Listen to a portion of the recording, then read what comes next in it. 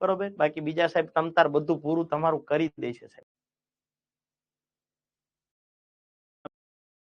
હા, બધાની અંદર આવે ટેટ 1, ટેટ 2, ટાટ 1 ને ટાટ.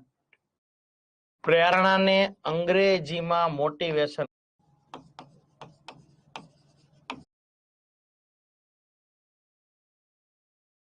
ચક્રીય ગણે છે. નીચેનામાંથી કયું સાચું છે? પ્રેરણા, વર્તન, લક્ષ્ય, સંતોષ. એના કરતા પણ વધારે ઉપયોગ કરવું છે સાહેબ. એક ખોટું છે, બહુ સરસ રેડી. ક્યાં આપ્યું છે? ધોરણ 11 મનોવિજ્ઞાનની બુક ની અંદર પાના નંબર 103 ઉપર સાહેબ જોઈ લો તો નીચેથી 5મી 6ઠી લીટી. હા, જટિલ ના બદલે સરળ કાર્યો પસંદ ન કરે સાહેબ. સંઘર્ષ આપણને બીક લાગતી નથી.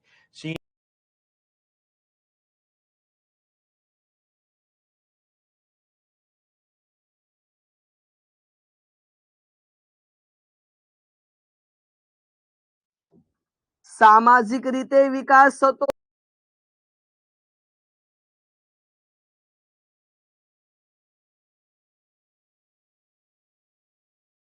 હોય છે.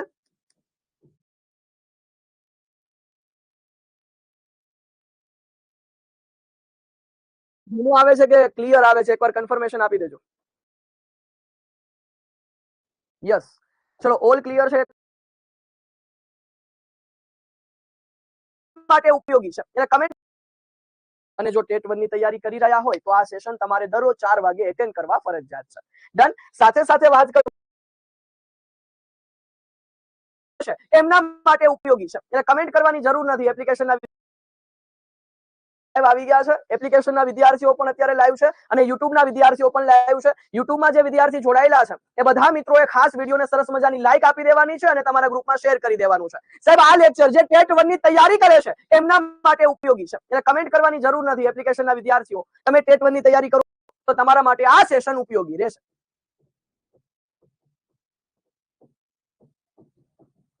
બરાબર, ચલો. અને આ જે સેશન છે એ ખાસ ટીપીઓ માટે પણ ઉપયોગી, જીએસ માટે પણ ઉપયોગી, એઆઈ માટે, TAT secondary higher secondary TET 2 માટે ઉપયોગી છે અને ટેટ 1 માટે સ્પેશિયલ દરરોજ 4 વાગે સેશન આવશે. 1 એપ્રિલ થી 12 એપ્રિલ સુધી જે છે એના ઓરિએન્ટેશન સેશન છે. 13 તારીખથી સ્પેશિયલ ટેટ 1 ના લેક્ચર તમે જે બેચમાં છો એમાં શરૂ થઈ જવાના છે. તમે કોઈ પણ બેચમાં હોય અને જો ટેટ 1 ની તૈયારી કરી રહ્યા હોય તો આ સેશન તમારે દરરોજ 4 વાગે એટેન્ડ કરવા ફરજિયાત છે. ડન. સાથે સાથે વાત કરું તો TPO, GS, class 1 to AI માટે પણ અગત્યના જે ટોપિક હશે એના સેશન પણ તમને જોવા મળશે. શરૂઆત કરી દઈએ. આજે આપણે બાળ વિકાસ વિશે ભણવું છે. એક વખત તમારે કમેન્ટ બોક્સની અંદર જણાવી દેવાનું છે કે ભાઈ અવાજ વિડીયો ક્લિયર છે અને તમે શેની તૈયારી કરો છો, તમારો મેઇન વિષય કયો છે. એક વખત મને કમેન્ટ બોક્સમાં જણાવી દો. ચલો ફટાફટ કમેન્ટ બોક્સની અંદર જણાવી દો કે સાહેબ તમે શેની તૈયારી કરો છો અને તમારો મુખ્ય વિષય કયો છે. આટલું ખાલી કમેન્ટમાં જણાવી દો એટલે આપણે સ્ટાર્ટઅપ કરી દઈએ આજનો લાઈવ સેશન.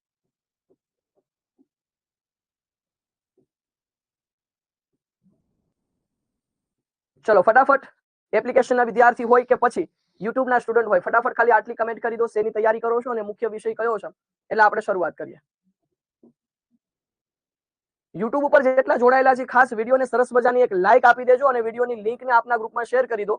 તમે 100 જેટલા વિદ્યાર્થી યુટ્યુબ ઉપર લાઈવ છો તો વિડીયોને એક વખત લાઈક કરવાનો છે અને આપના ગ્રુપમાં શેર કરવો ફરજિયાત છે. યુટ્યુબના તમામ મિત્રો છે એ વિડીયોની લિંકને તમારા તમામ ગ્રુપની અંદર શેર કરી આવો. મેક્સિમમ વિદ્યાર્થી આજના સેશનની અંદર લાઈવ થવા જરૂરી છે.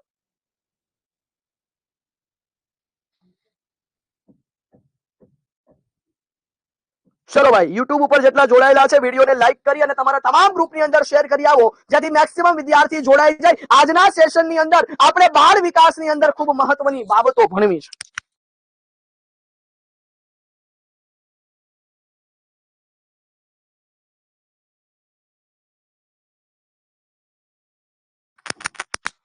ચાલો તો મિત્રો શરૂઆત કરીએ છીએ. બાળ વિકાસ વિશે આપણે આજે અભ્યાસ કરવો છે.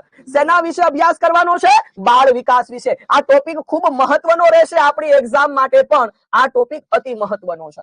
તો સાહેબ આ બાળકનો વિકાસ છે કઈ રીતે થતો હોય છે આ પોર્શન, આ વિભાગને આપણે સમજવાનો છે. હવે બાળ વિકાસ છે ને એ બાળ વિકાસ છે 3 પાસા ઉપર આધારિત છે. બાળ વિકાસ જે છે એ 3 પાસા ઉપર આધારિત છે દોસ્તા. કયા કયા 3? તો કે બાળ વિકાસની અંદર 3 પાસા હોય છે. એક હોય છે વૃદ્ધિ, એક હોય છે વિકાસ અને એક હોય છે પરિપક્વતા. આ ત્રણ પાસાના આધારે બાળકનો વિકાસ થતો હોય. બરાબર સમજવાની કોશિશ કરીએ કે સાહેબ વૃદ્ધિ, વિકાસ અને પરિપક્વતા આમની વચ્ચે શું તફાવત છે. તો સાહેબ અહીંયા સમજવાની જરૂર છે કે સાહેબ વૃદ્ધિ આપણે કોને કહીશું કે જે માત્ર ને માત્ર શારીરિક રીતે થતી હોય, શારીરિક રીતે થતી હોય એને વૃદ્ધિ કહેવાય છે. બાળકનો વિકાસ છે ને એમાં ત્રણ પાસા હોય, વૃદ્ધિ, વિકાસ અને પરિપક્વતા. તો સાહેબ શારીરિક રીતે થતી હોય એ વૃદ્ધિ છે કે જે સાહેબ માત્ર શરીરની અંદર જ થાય. જ્યારે વિકાસની પ્રક્રિયા છે ને એ બધી રીતે થતી હોય છે, જેની અંદર બધા જ પાસાને ધ્યાનમાં રાખવામાં આવે. સાહેબ અહીંયા વૃદ્ધિની પ્રક્રિયા અમુક ઉંમરે અટકી જાય છે, અમુક ઉંમરે અટકે છે.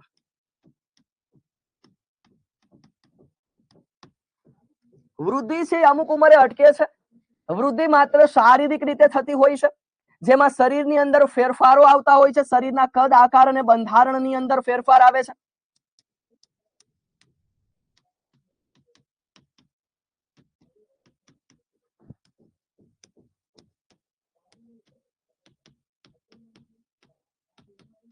શરીરના કદ, આકાર અને બંધારણમાં જે ફેરફાર થાય એને વૃદ્ધિ કહેવાય. વૃદ્ધિની પ્રક્રિયા ગર્ભાવસ્થાથી જ વૃદ્ધિની શરૂઆત થાય છે. ગર્ભાવસ્થાથી જ વૃદ્ધિની શરૂઆત થાય છે.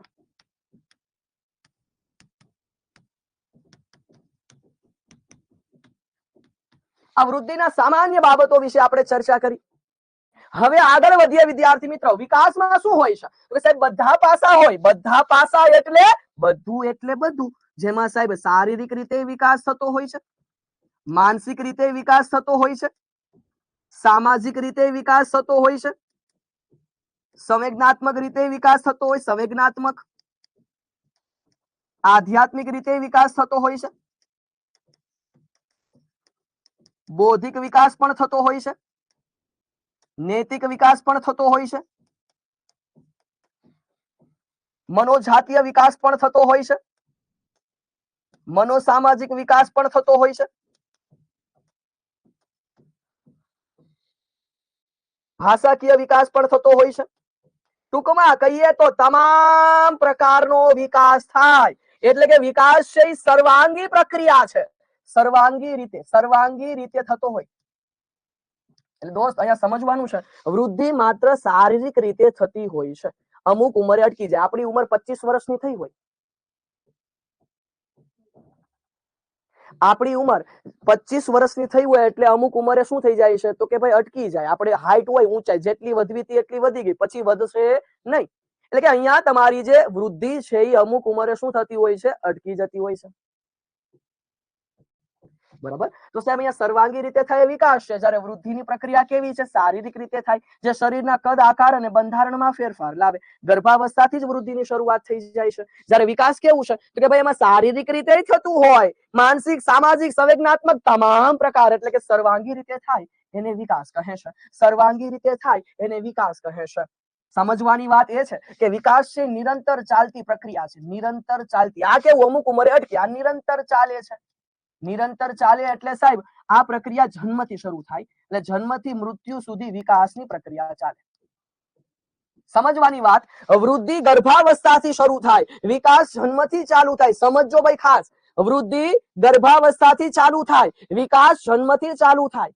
વૃદ્ધિ ગર્ભાવસ્થાથી, વિકાસ જન્મથી મૃત્યુ સુધી ચાલે છે, નિરંતર છે, ક્રમિક અને સતત ચાલે છે, ક્રમિક અને સતત ચાલતી પ્રક્રિયા.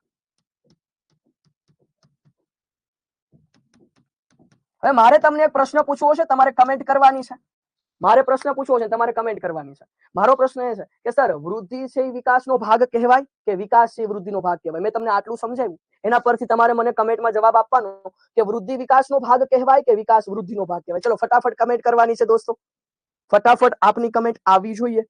આ ચેનલ પર હજુ નવા છો, જ્ઞાન લાઈવ શિક્ષણ યુટ્યુબ ચેનલ પર હજુ નવા છો તો આ ચેનલને સબસ્ક્રાઇબ કરી લેજો, વિડીયોને સરસ મજાની લાઈક આપજો, વિડીયો આપના ગ્રુપમાં શેર કરજો. પરસેવાની શાહીથી જે લોકો ઈરાદા લખે છે, પરસેવાની શાહીથી જે લોકો ઈરાદા લખે છે એના મંઝિલના પાના ક્યારે કોરા નથી હોતા. શરત માત્ર એટલી છે, પરસેવાની શાહીથી ઈરાદા લખવા પડે. પરસેવાની શાહીથી જે લોકો ઈરાદા લખે છે એના મંઝિલના પાના ક્યારે કોરા નથી હોતા. શરત એટલી જ છે, પરસેવાની શાહીથી ઈરાદા લખવા પડે. ચલો બધા કમેન્ટ કરવા માંડ્યા યાર. વૃદ્ધિ વિકાસનો એક ભાગ છે. હવે તમે બધા હોશિયાર છો, જવાબ પણ આપ્યો કે વૃદ્ધિ એ વિકાસનો જ ભાગ છે. વૃદ્ધિ એ વિકાસનો એક ભાગ છે. વાહ, ખૂબ સરસ. વિકાસ વૃદ્ધિનો ભાગ નથી, પણ વૃદ્ધિ એ વિકાસનો ભાગ ગણવામાં આવે છે. દોસ્ત, અહીંયા ખબર પડી, વૃદ્ધિ માત્ર શારીરિક રીતે થાય, વિકાસ બધા પ્રકારે થતો હોવાથી સાહેબ વૃદ્ધિ એ વિકાસના ભાગમાં ગણાશે. વૃદ્ધિ એ વિકાસનો ભાગ છે. પરિપક્વતા કોને કહીશું? તો સાહેબ હવે અહીંયા વૃદ્ધિ જેટલી થવી હતી એટલી થઈ ગઈ. 25 વર્ષની ઉંમર થઈ એટલે જ્યાં સુધી હાઈટ વધવી હતી ત્યાં સુધી વધી, પછી હાઈટ વધવાનું બંધ થઈ ગયું. તો સાહેબ પરિપક્વતા છે. એટલે કે વૃદ્ધિનો અંતિમ તબક્કો એટલે પરિપક્વતા. વૃદ્ધિનો અંતિમ તબક્કો એટલે સાહેબ જુઓ, માણસની ઉંમર જ્યાં સુધી 25 વર્ષ કે 30 વર્ષની થાય ત્યાં સુધી એની ઊંચાઈ વધે. અમુક ઉંમર આવે પછી ઊંચાઈ વધવાનું અટકી જાય છે. તો જે અટકે છે જે જગ્યાએ, ત્યાં એના શરીરે પરિપક્વ થઈ ગયું હોય છે, એટલે પછી ઊંચાઈ વધે નહીં. પછી કે સર ઊંચાઈ વધતા વધતા વધતા આકાશે ના પહોંચે યાર, એ પરિપક્વતા પહોંચી જાય. વૃદ્ધિનો અંતિમ તબક્કો એટલે પરિપક્વતા, વૃદ્ધિની અંતિમ અવસ્થા.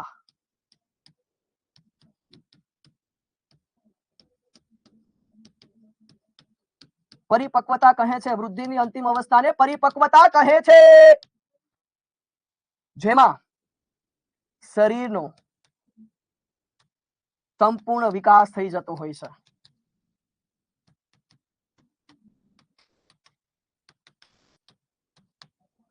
તરુણાવસ્થાથી યુવાવસ્થામાં પ્રવેશે ત્યારે, તરુણાવસ્થાથી યુવાવસ્થામાં પ્રવેશે ત્યારે પરિપક્વતા પ્રાપ્ત કરે છે. ચલો સાહેબ, આટલી વસ્તુ આપણે ભણ્યા. શું ભણ્યા? કે બાળ વિકાસના મહત્વના 3 પાસા ભણવાના હતા. પહેલું પાસું તો કે સાહેબ વૃદ્ધિ એટલે શું? શારીરિક રીતે થતી હોય, અમુક ઉંમરે અટકે છે. પછી સાહેબ વિકાસ તો કે સર્વાંગી રીતે, જેમાં શારીરિક, માનસિક, સામાજિક, સંવેદનાત્મક, ભાષાકીય, આધ્યાત્મિક, બૌદ્ધિક, નૈતિક, મનોજાતીય, મનોસામાજિક તમામ, એટલે એને કહેવાય સર્વાંગી રીતે. તો સાહેબ સર્વાંગી રીતે ચાલે છે નિરંતર, એટલે જન્મથી મૃત્યુ સુધી ચાલ્યા જ કરે. આ અમુક ઉંમરે વૃદ્ધિ અટકી જાય, અહીંયા જન્મથી મૃત્યુ સુધી ચાલ્યા કરે. વૃદ્ધિ શરીરના કદ, આકાર અને બંધારણમાં ફેરફાર. ગર્ભાવસ્થાથી વૃદ્ધિની શરૂઆત થાય, જ્યારે વિકાસ છે એ જન્મથી ચાલુ થાય, ક્રમિક અને સતત ચાલે. વૃદ્ધિ એ છે ને, આ વૃદ્ધિ એ વિકાસનો જ ભાગ છે. અને પરિપક્વતા વૃદ્ધિનો અંતિમ તબક્કો છે, વૃદ્ધિની અંતિમ અવસ્થા છે. શરીરનો સંપૂર્ણ વિકાસ થાય છે. તરુણાવસ્થાથી યુવાવસ્થામાં પ્રવેશો ત્યારે આપણું બોડી પરિપક્વ બને છે. ચાલો, અહીંયા સુધી તમને ક્લિયર કટ ખબર પડી હશે ના? જેટલા પણ જૂની બેચમાં હશે એને ટેટ 1 ની બેચ લેવાની જરૂર નથી. જૂના પણ હશે બધાને આ ટેટ 1 ના લેક્ચર જોવા મળશે. જેટલા પણ આપણી જૂની બેચમાં હોય, વાલ્મીકી, વિશ્વામિત્ર કે મિશન 2025, ચાણક્ય, જેટલા જૂના વિદ્યાર્થી છે બધાને આ ટેટ 1 ના સેશન સ્પેશિયલ જે 4 વાગ્યે છે જોવા મળશે. ચિંતા કરશો નહીં, જૂના વિદ્યાર્થીને અલગથી લેવાની જરૂર નથી. ચલો, અહીંયા સુધી ક્લિયર કટ સમજાણું હોય એક વખત કમેન્ટ બોક્સમાં યસ કરજો. આગળ વધવું છે, કાંઈ પ્રશ્ન હોય તો કમેન્ટમાં જણાવજો. સર આ ટોપિકમાં મજા ન આવી, કમેન્ટ કરજો. આગળ વધીએ, થોડી વ્યાખ્યા પણ જોઈએ. જો નોટ બનાવી હોય તો તમે બનાવી શકો છો. મેં એટલું કીધું, જૂની બેચ વાળા બધાને આવશે. પછી બધા કમેન્ટ કરે સર વાલ્મીકી, વશિષ્ઠ, વલ્લભી. પછી હવે મોટા થઈ ગયા, થોડા મેચ્યોર થઈ જજો. હા, જૂની બેચ એટલે બધી બેચ આવી ગઈ. તમે કોઈ પણ બેચમાં જોડાયેલા છો અને તમે ટેટ 1-2 ના કોર્સની અંદર એડમિશન લીધેલું હોય, ટેટ 1-2, એટલે તમને ટેટ 1 ના લેક્ચર જોવા મળે. તમે પ્રાથમિક બેચમાં સ્પેશિયલ જોડાયેલા છો તો પણ જોવા મળશે, ચિંતા કરશો નહીં.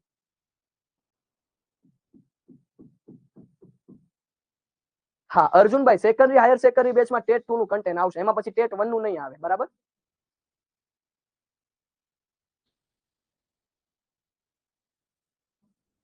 ચલો હવે આગળ વધીએ. બાકી હવે તમે દરરોજનું શેડ્યુલ જે પ્રમાણે આવે છે એ પ્રમાણે લેક્ચર આવવાના જ છે, બરાબર?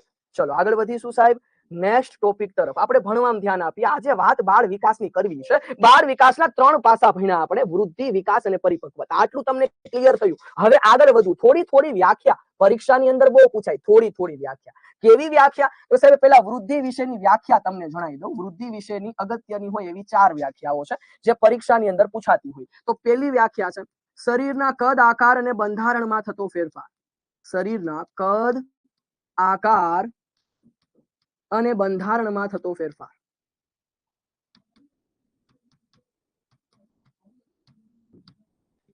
એટલે વૃદ્ધિ.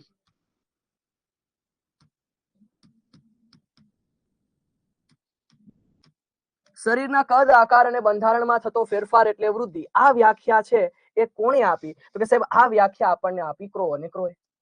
આ પહેલી વ્યાખ્યા યાદ રાખવાની. કોણે આપી? ક્રો અને ક્રોએ આપેલી છે. વૃદ્ધિ માટેની પહેલી વેલી વ્યાખ્યા ક્રો અને ક્રોની. બીજી વ્યાખ્યા યાદ રાખવાની, વૃદ્ધિ એટલે કોષીય ગુણાકાર. વૃદ્ધિ એટલે કોષીય ગુણાકાર. હવે આ કોષીય ગુણાકાર સાહેબ આપણો ફ્રેન્ડ હોય ને, આપણો મિત્ર, એ હંમેશા આપણા સુખ દુઃખમાં ગુણાકાર કરે. જો આપણો ફ્રેન્ડ હોય ને તો દુઃખમાં ગુણાકાર કરે, આપણો ફ્રેન્ડ હોય ને તો સુખમાં ગુણાકાર કરે. ગુણાકાર કરે એ આપણો ફ્રેન્ડ કહેવાય. ફ્રેન્ડ ફ્રેન્ડ ફ્રેન્ડ એ હંમેશા શું કરે? ગુણાકાર. એલા ભાઈ વ્યાખ્યા યાદ રહી ગઈ. તો સાહેબ વૃદ્ધિ એટલે કોષીય ગુણાકાર આવે એટલે ફ્રેન્ડ. શરીરના કદ આકાર બંધારણમાં થતો ફેરફાર આવે એટલે ક્રો અને ક્રો. ચલો બે વ્યાખ્યા થઈ ગઈ. ત્રીજી વ્યાખ્યા, જન્મથી પુખ્તતા સુધી, જન્મથી પુખ્તતા સુધી માથામાં 2 ગણો, 2 ગણો, છાતીમાં 2.5 ગણો,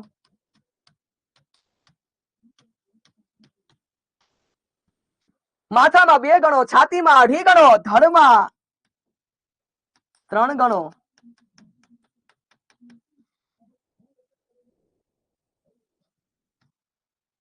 હાથમાં 4 ગણો,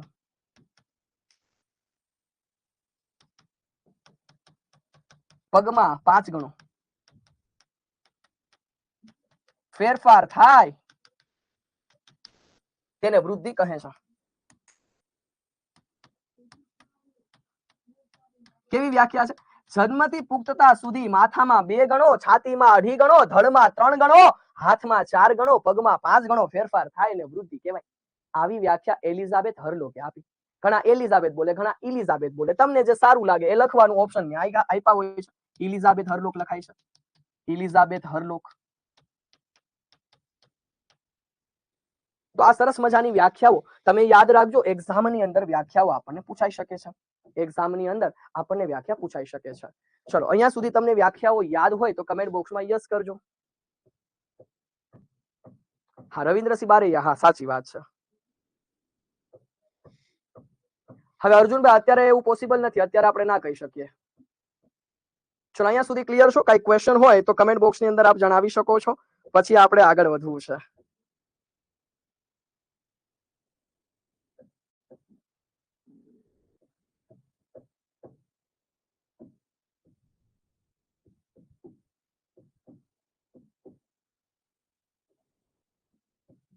થઈ જાય છે.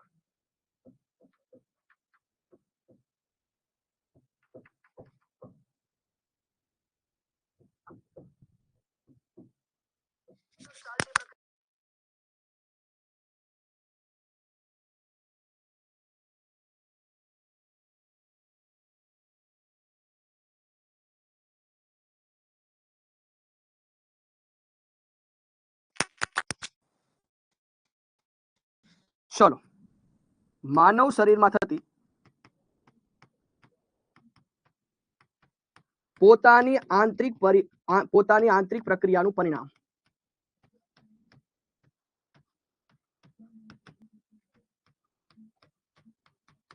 એટલે વૃદ્ધિ. આવી વ્યાખ્યા આપણને કોણે આપી છે? સાહેબ આવી વ્યાખ્યા આપણને અર્નેલ્ડ ગેસલે આપી. કોણે આપી? અર્નેલ્ડ ગેસલ. તમારે આટલી વ્યાખ્યા ખાસ યાદ રાખી લેવાની છે દોસ્તો. આટલી વ્યાખ્યા ફરજિયાત આવડવી જરૂરી છે.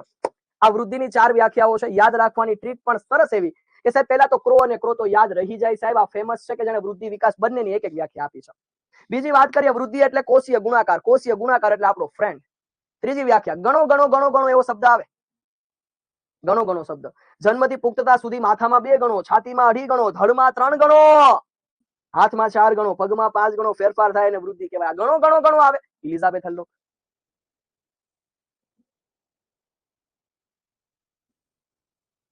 યસ. ચલો પછી માનવ શરીરમાં થતી પોતાની આંતરિક પ્રક્રિયાનું પરિણામ એટલે વૃદ્ધિ. અર્નેલ્ડ ગેસલની વ્યાખ્યા. ચલો ક્લિયર છે? અહીંયા સુધી તમને સમજાણું હશે. જેટલા લોકો અત્યારે યુટ્યુબ ઉપર લાઈવ હોય એક વખત વિડીયોને સરસ મજાની લાઈક આપજો અને વિડીયોની લિંક આપના ગ્રુપમાં શેર કરવાની છે. યસ અંકિતભાઈ રાઠોડ એ પણ આવશે. ડન. ચલો આગળ વધીએ. ધર્મેન્દ્રસિંહ સિંધવ પહેલા સમજાવ્યું કે વૃદ્ધિ છે ને શરીરના બંધારણમાં ફેરફાર કરે. શરીરનું બંધારણ હોય ને એમાં, અને વિકાસ છે ને બધા પ્રકારમાં, શારીરિક, માનસિક, સામાજિક બધા પ્રકારે ફેરફાર કરે એને વિકાસ કહેવાય.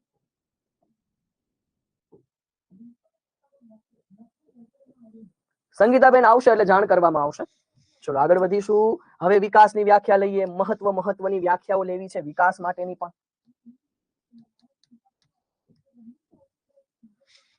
સાહેબ એક વસ્તુ ખાસ મગજ પર રાખવાની કે વૃદ્ધિ છે ને એ પ્રમાણસરની હોય, પ્રમાણસરની. એટલે વૃદ્ધિ પ્રમાણસરની છે ને, પ્રમાણસરની. કે ભાઈ અમુક ઉંમરે વૃદ્ધિની પ્રક્રિયા અટકી જાય છે.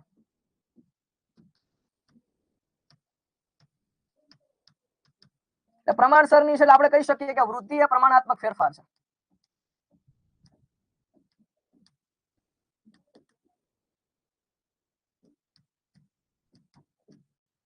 વૃદ્ધિ છે શરીરમાં આપણે જેટલી ઊંચાઈ વધવી હતી એટલે વધે, પછી વધશે નહીં.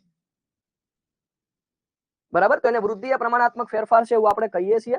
પછી સાહેબ આપણે આગળ વધીએ છીએ. વિકાસ આપણે કોને કહીશું? શું છે વિકાસ? કોને કહીશું? ચલો વિકાસ માટે પણ મહત્વની વ્યાખ્યાઓ યાદ રાખવાની છે આપણે. જેમાં પહેલી વહેલી વ્યાખ્યા આપણે યાદ રાખીશું, સમગ્ર દેહ તંત્રમાં થતો ફેરફાર એટલે વિકાસ.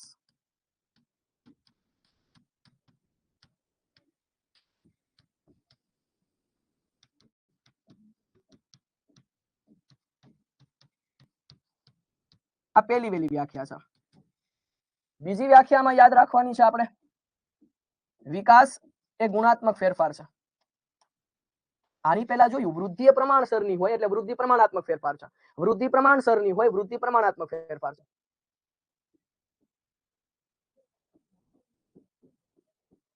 ધર્મેન્દ્રસિંહ સિંધવ, હું એમ કહું છું કે શરીરના બંધારણમાં ફેરફાર થાય. શરીરનું બંધારણ યાર, આ શરીરનું બંધારણ આપણું પાચન તંત્ર, હાથ, પગ અને શરીરનું બંધારણ કહેવાય. ધર્મેન્દ્રસિંહ તમને એકવાર સમજાવ્યું, છતાં તમે 5 વખત કમેન્ટ કરો છો. ગમે તેમને પૂછો એમને ખ્યાલ આવશે કે બંધારણ કોને કહેવાય. શરીરનું આપણું બંધારણ જે બન્યું છે, આ હાથ, પગ, માથું, આ બધું ભેગું થઈને જે તૈયાર થયું એને બંધારણ કહેવાય. હે ને? એટલે મેં એવું કીધું, શરીરનું કદ, આકાર અને શરીરના બંધારણમાં ફેરફાર કરે એ વૃદ્ધિ છે. શરીરમાં ખાલી ફેરફાર કરી વૃદ્ધિ કહેવાય. શરીરની પ્રક્રિયા અમુક ઉંમરે અટકી જાય. ધર્મેન્દ્રસિંહ, આપણે 25 વર્ષના થાવી એટલે આપણી ઊંચાઈ જેટલી વધવી હતી એટલી વધી, પછી આપણી ઊંચાઈ વધશે નહીં વધે.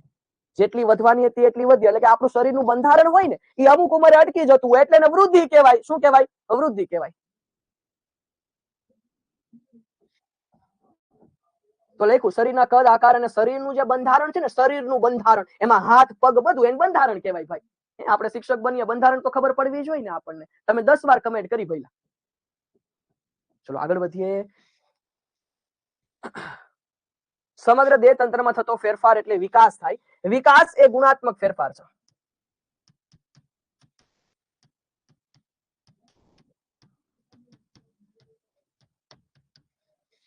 સમગ્ર દેહ તંત્રમાં થતો ફેરફાર એટલે વિકાસ, અને વિકાસ એ ગુણાત્મક ફેરફાર છે. આ બંને વ્યાખ્યા કોણે આપી આપણે ખાસ યાદ રાખીશું. સાહેબ આ પહેલી જે વ્યાખ્યા છે એ ક્રો અને ક્રોએ જ આપી છે, અને બીજી વ્યાખ્યા છે ગુણાત્મક ફેરફાર. આ વ્યાખ્યા એલિઝાબેથ હરલોકે આપી છે.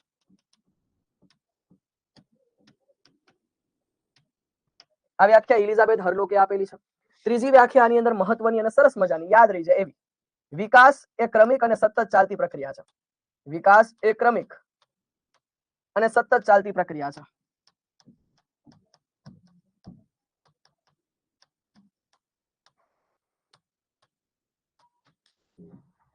વિકાસ એ ક્રમિક અને સતત ચાલતી પ્રક્રિયા છે.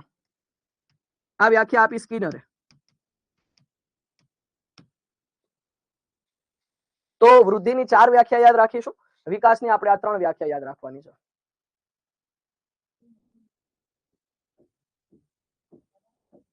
એલિઝાબેથ હરલોક આવશે. એલિઝાબેન નથી, પારુબેન. આયુષભાઈ ભૂદેવ પેલા ભણો તો ખરી, પછી કેટલા પ્રશ્નો પૂછ્યા એની ચર્ચા કરીએ આપણે. પેલા ટોપિક પૂરો કરજો આયુષભાઈ. આમાં ઘણા બધા મિત્રો છે ને એ થોડા ધીરજ વગરના હોય, એટલે એક વસ્તુ તમને જણાવી દઉં. એક વસ્તુ બધાને જણાવી દઉં. શું જણાવી દઉં ખબર? ધીરજ રાખવી જરૂરી છે. ધીરજ રાખીને ભણજો. સંપૂર્ણ ભણવું.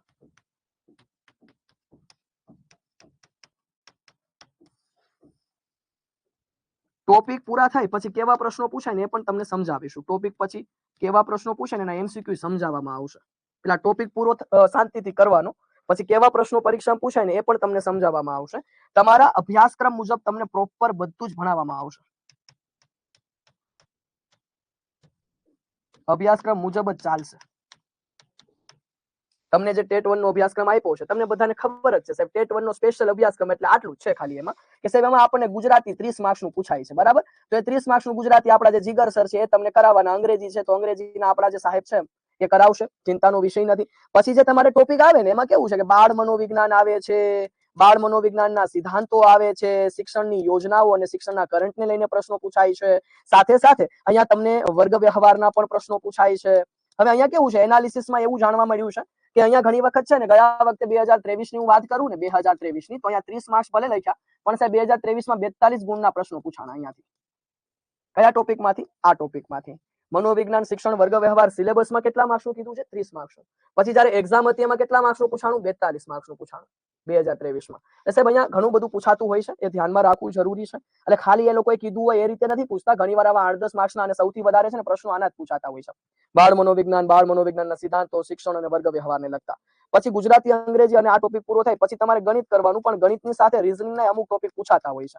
એટલે રીઝનિંગના 5-7 માર્ક્સના પ્રશ્નો હોય જ છે દર વખતે, એટલે ગણિત કરો સાથે રીઝનિંગ કરવાનું.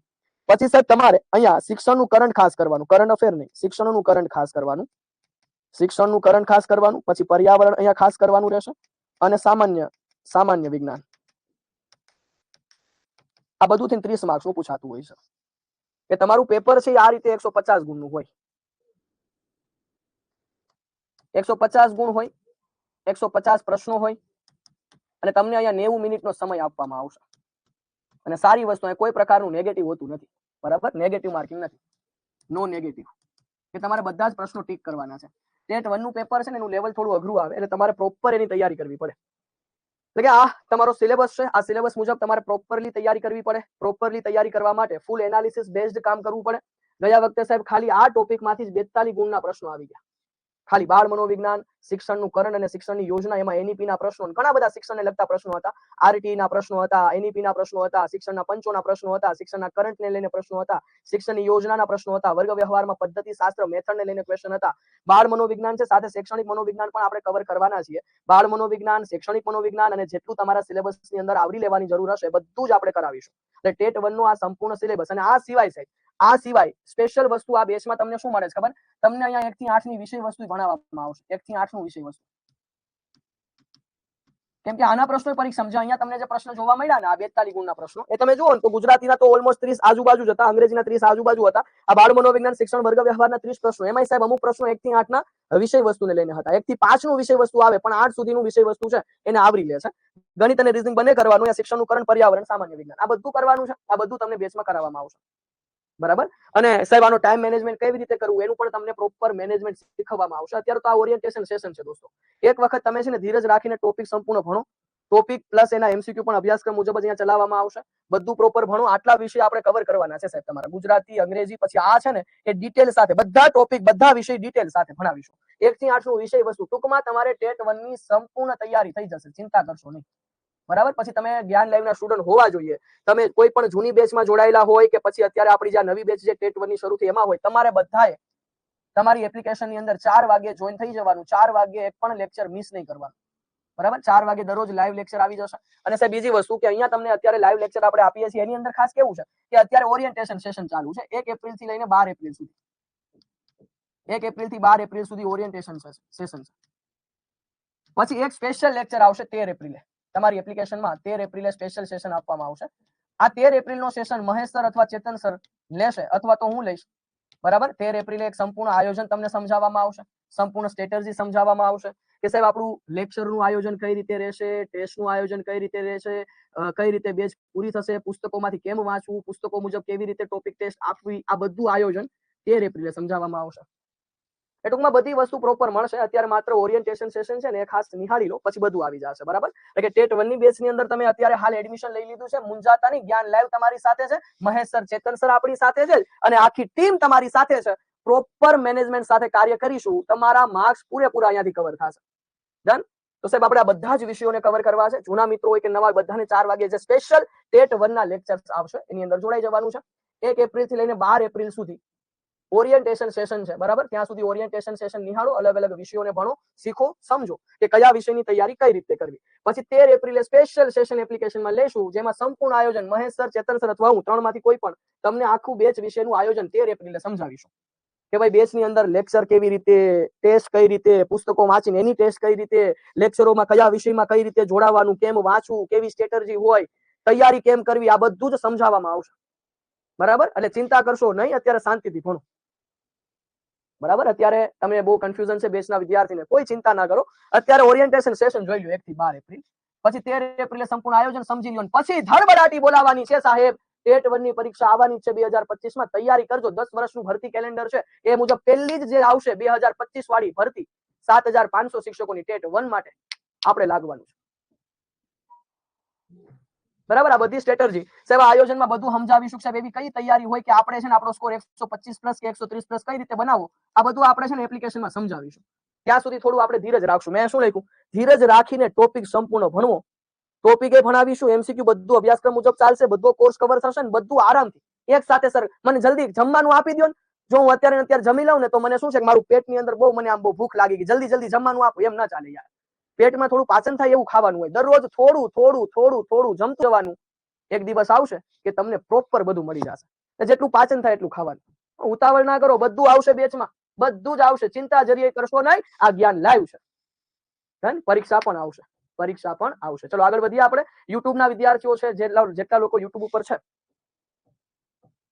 એ બધાએ ખાસ વિડીયોને સરસ મજાની લાઈક આપવાની છે અને વિડીયોની લિંકને આપના ગ્રુપની અંદર શેર કરી દેવાની છે. બરાબર, વિડીયોને સરસ મજાની એક લાઈક આપવાની છે અને વિડીયોની લિંક આપના ગ્રુપમાં શેર કરો, જેટલા લોકો અત્યારે યુટ્યુબ ઉપર જોડાયેલા છે.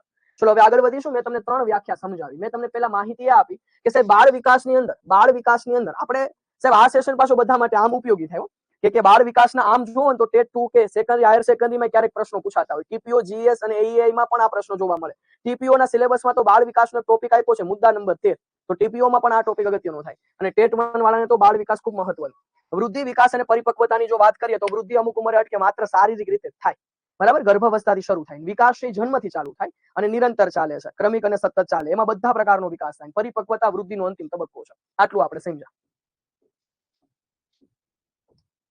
પછી વૃદ્ધિ છે તો વૃદ્ધિ છે પ્રમાણસરની હોય, અમુક ઉંમરે અટકી જતી હોય. અને 4 વ્યાખ્યા મેં તમને યાદ રખાવી. શરીરના કદ, આકાર, બંધારણમાં ફેરફાર થાય વૃદ્ધિ, ક્રો અને ક્રોની વ્યાખ્યા. વૃદ્ધિ કોષીય ગુણાકાર, ફ્રેન્ડની વ્યાખ્યા. જન્મથી પુખ્તતા સુધી માથામાં 2 ગણો. સાહેબ આ ગણો શબ્દ આવે ને, માથામાં 2 ગણો, છાતીમાં 2.5 ગણો, ધડમાં 3 ગણો, હાથમાં 4 ગણો, પગમાં 5 ગણો. આ ગણો દેખાય ને ત્યારે એલિઝાબેથ હડલોક આવશે. માનવ શરીરમાં થતી પોતાની આંતરિક પ્રક્રિયાનું પરિણામ, સાહેબ આ વ્યાખ્યા અર્નેલ્ડ ગેસલની. એવી રીતે વિકાસની 3 વ્યાખ્યા યાદ રાખી આપણે. સમગ્ર દેહ તંત્રમાં થતો ફેરફાર એટલે વિકાસ, ક્રો અને ક્રો. વિકાસ એ ગુણાત્મક ફેરફાર છે, એલિઝાબેથ હડલોક. અને વિકાસ એ ક્રમિક અને સતત ચાલતી પ્રક્રિયા છે, સ્કિનર. ચલો અહીંયા સુધી ક્લિયર કટ. જેટલું ભણાવ્યું છે સમજાઈ ગયું હોય તો કમેન્ટમાં યસ લખજો. ચલો હવે આગળ વધીશું આપણે. અહીંયા સુધી ક્લિયર હોય તો કમેન્ટમાં યસ લખજો. કાંઈ પ્રશ્ન હોય તો પૂછજો. બાકી આગળ વધીએ છીએ આપણે. બાળ વિકાસને અસર કરતા મુખ્ય 2 પરિબળ છે.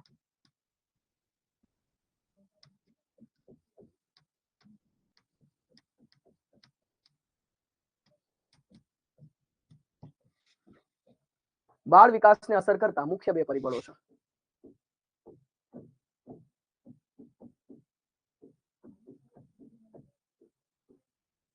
ચલો તો આગળ વધીશું આપણે.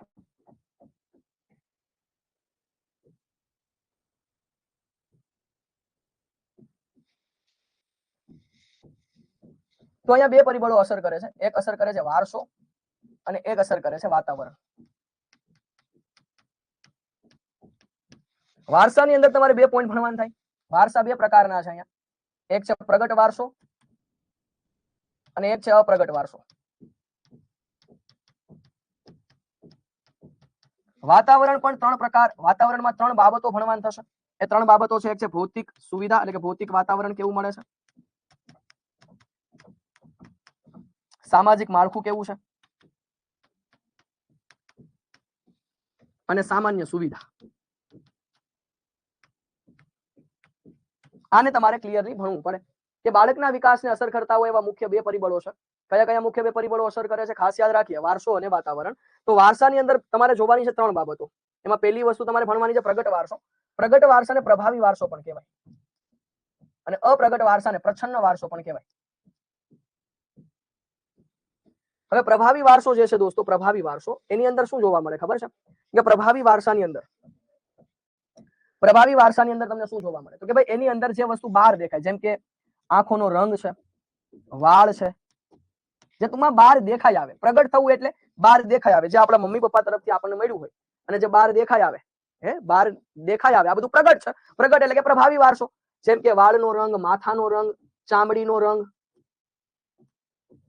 ચામડીનો રંગ દેખાય, વાળ દેખાય છે, આપણે વજન અને ઊંચાઈ દેખાય છે. તો આ બધું જે છે ને, જે બહાર દેખાઈ આવે છે, આ બધું બહાર પ્રભાવી દેખાઈ આવે, તો આ બધું શું છે? પ્રભાવી વારસો છે. ડન. જ્યારે અપ્રગટ વારસો છે એમાં કેવું છે કે જે દેખાતું નથી પણ અંદર છે.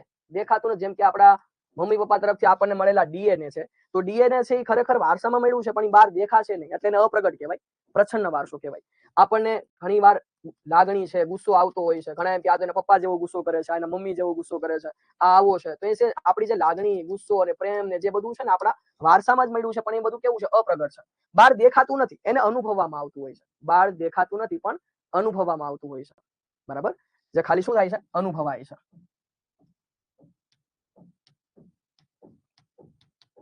આપણો સ્વભાવ છે, આ બધું કેવું છે? અપ્રગટ વારસો, પ્રચ્છન્ન વારસો. જ્યારે પ્રગટમાં ચામડીનો રંગ, વાળ, વજન, ઊંચાઈ જે આપણને મળી આવે છે. સાહેબ ડીએનએ નું ફૂલ ફોર્મ શું છે એ પણ હું તમને લખાવતો જાઉં છું. ડીએનએ નું ફૂલ ફોર્મ છે ડીઓક્સી રિબોન્યુક્લિક એસિડ. કેવું નામ છે? Deoxy ribonucleic acid.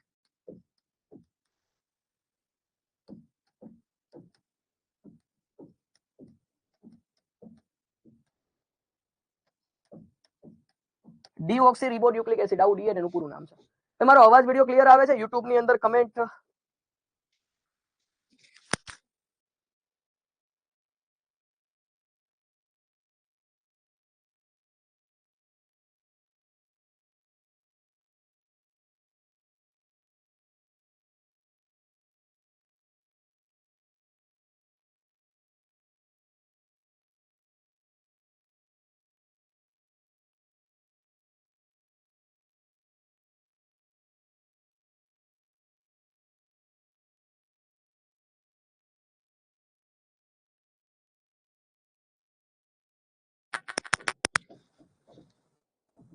જિંકલબેન પંડ્યા, તમારો પ્રશ્ન શું છે જણાવજો. હા મનીષાબેન, તમારી કમેન્ટ આવે છે.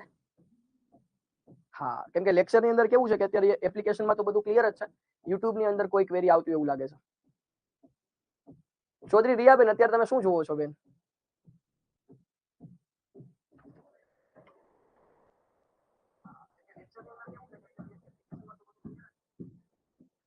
ભાઈ કોઈ હવે એવું ના પૂછતા કે મારી કમેન્ટ આવે છે કે નહીં, બરાબર? બધાની કમેન્ટ મને દેખાય છે. તમે જે લખો ને તમારા મોબાઈલમાં બધું દેખાય છે. આપણે ફર્સ્ટ ટાઈમ એપ્લિકેશન ની અંદર જોડાયેલા હોય એટલે આપણને એવું થાય કે આપણે સરને ક્વેશ્ચન કરીએ, પણ કેવું થાય કે બધાની કમેન્ટ આવે, આપણે એકને જવાબ આપીએ એટલે સીધી શરૂ, સર મારી કમેન્ટ આવે છે, મારી કમેન્ટ આવે છે, મારી કમેન્ટ આવે છે. આવું નાના બાળકો જેવું ના કરશો.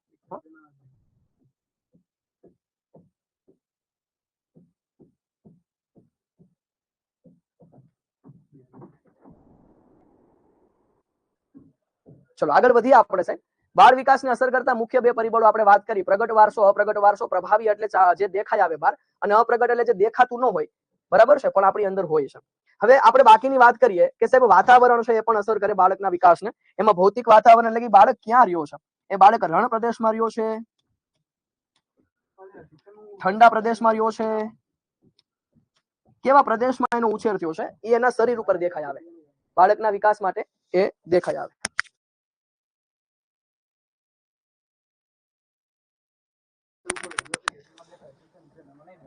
તો રણ પ્રદેશ જે છે, ઠંડા પ્રદેશ છે, એ બાળક કેવા પ્રદેશની અંદર એનો વિકાસ થયો છે એ એના શરીર ઉપર દેખાશે.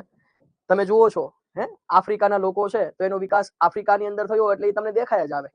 એ લોકો છે એની ચામડીનો રંગ એ પ્રકારે હોય છે, એની વજન, ઊંચાઈ, એના વાળનો રંગ, વાળ છે એ પ્રકારે હોય છે. આપણે આ બધું જોઈએ છીએ. પણ કોઈ વ્યક્તિ ઠંડા પ્રદેશમાં રહેતો હોય તો એના શરીરનો બાંધો એ પ્રકારનો છે, એનો વિકાસ એ પ્રકારનો છે. એટલે સાહેબ એને ભૌતિક વાતાવરણ કેવું મળ્યું છે, કયા વિસ્તારમાંથી એનો વિકાસ થયો છે, આ બધું એના ઉપર ખાસ અસર કરતું હોય છે. ભાઈ સામાજિક માળખું, સામાજિક માળખું એટલે એ વ્યક્તિ કઈ જાતિનો છે, કઈ જ્ઞાતિ સાથે જોડાયેલો છે, કયા ધર્મ સાથે જોડાયેલો છે, કયા સમુદાય સાથે જોડાયેલો છે. જાતિ, જ્ઞાતિ, ધર્મ, સમુદાય. તો સાહેબ આ પણ એના ઉપર બહુ અસર કરે. બાળકના વિકાસ ઉપર આ બાબત પણ ખૂબ અસર કરે છે કે બાળક જે છે એની જાતિ, ધર્મ, જ્ઞાતિ, સમુદાય એટલે કે કઈ કમ્યુનિટીમાંથી આવે છે. જે કમ્યુનિટીમાંથી આવતો હોય ને એ એના ઉપર અસર કરે છે. એટલે કે માનો કે કોઈનો વિકાસ કોઈ પોઝિટિવ જગ્યાએથી થયો છે તો એની ઉપર પોઝિટિવ વિચારો જોવા મળશે. હા સિયાબેન, આપશું. બાકી કોઈ વિદ્યાર્થી છે એ કોઈ એવા નેગેટિવ વિસ્તારમાંથી આવે છે, નેગેટિવ એરિયામાંથી આવે છે, નેગેટિવ એવી બાબતો શીખીને આવ્યો છે, તો એનો વિકાસ સ્વાભાવિક છે, નેગેટિવ જ રહેવાનો છે. ગમે એટલી પોઝિટિવિટીની વાતો કરીએ પણ એ મગજથી નેગેટિવ જ હોય. વાતો પોઝિટિવિટીની હોય પણ આમ કેવો હોય છે, નેગેટિવ સ્વભાવ જ હોય છે એમનો. બરાબર. એટલે આવા અમુક અમુક જે વિકાસ છે, કઈ રીતે એમનો વિકાસ થયો છે એ આપણને ખ્યાલ આવે છે કે કયા વિસ્તારમાંથી આવે છે, કયા સમુદાયનો છે. પછી સામાન્ય સુવિધા. સામાન્ય સુવિધાની અંદર એ બાળક છે એને ભૂખ, તરસ અને ઊંઘની જરૂરિયાત હોય છે. જો આ ભૂખ, તરસ અને ઊંઘની જરૂરિયાત વ્યવસ્થિત પૂરી ન થતી હોય તો બાળકનો વિકાસ એ પ્રકારે થાય. જેને બધી જ વસ્તુ પ્રોપરલી મળી જતી હોય તો એનો વિકાસ આમ તંદુરસ્ત જીવન જીવે છે. એ આરોગ્યની દ્રષ્ટિએ બાળક બહુ સારું એવું જીવન જીવી શકે છે. તરસ, ઊંઘ આવું બધું છે બાળકની અંદર છે, તમે જુઓ તો જોવા મળતું. એટલે કે આ બધું છે એના શરીરના બાંધા ઉપર છે અસર કરતું હોય છે. સમજો કે કોઈ બાળક છે ગરીબ પરિસ્થિતિ છે અને એને પ્રોપર જે ઘરમાં મળવું જોઈએ નથી મળતું, પૌષ્ટિક આહાર નથી મળતું, ખોરાક નથી મળતો, તો એ બાળકનું જે ખરેખર શરીર છે એ પ્રકારે એનો વિકાસ થતો હોય છે.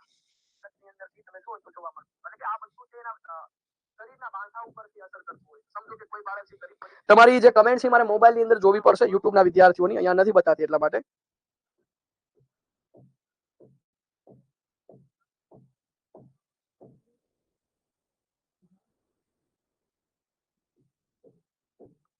ધર્મેન્દ્રસિંહ સિંધવ, તમે નહીં સમજી શકો પહેલા. આની પહેલા પણ તમે 5 વખત કમેન્ટ કરી હતી. બરાબર. આમાં શું છે કે મગજથી થોડું ચાલવું પડે. અહીંયા થોડીક આપણે સેન્સ સાથે ચાલીએ તો પ્રગટ વારસો શું કહે છે ખબર?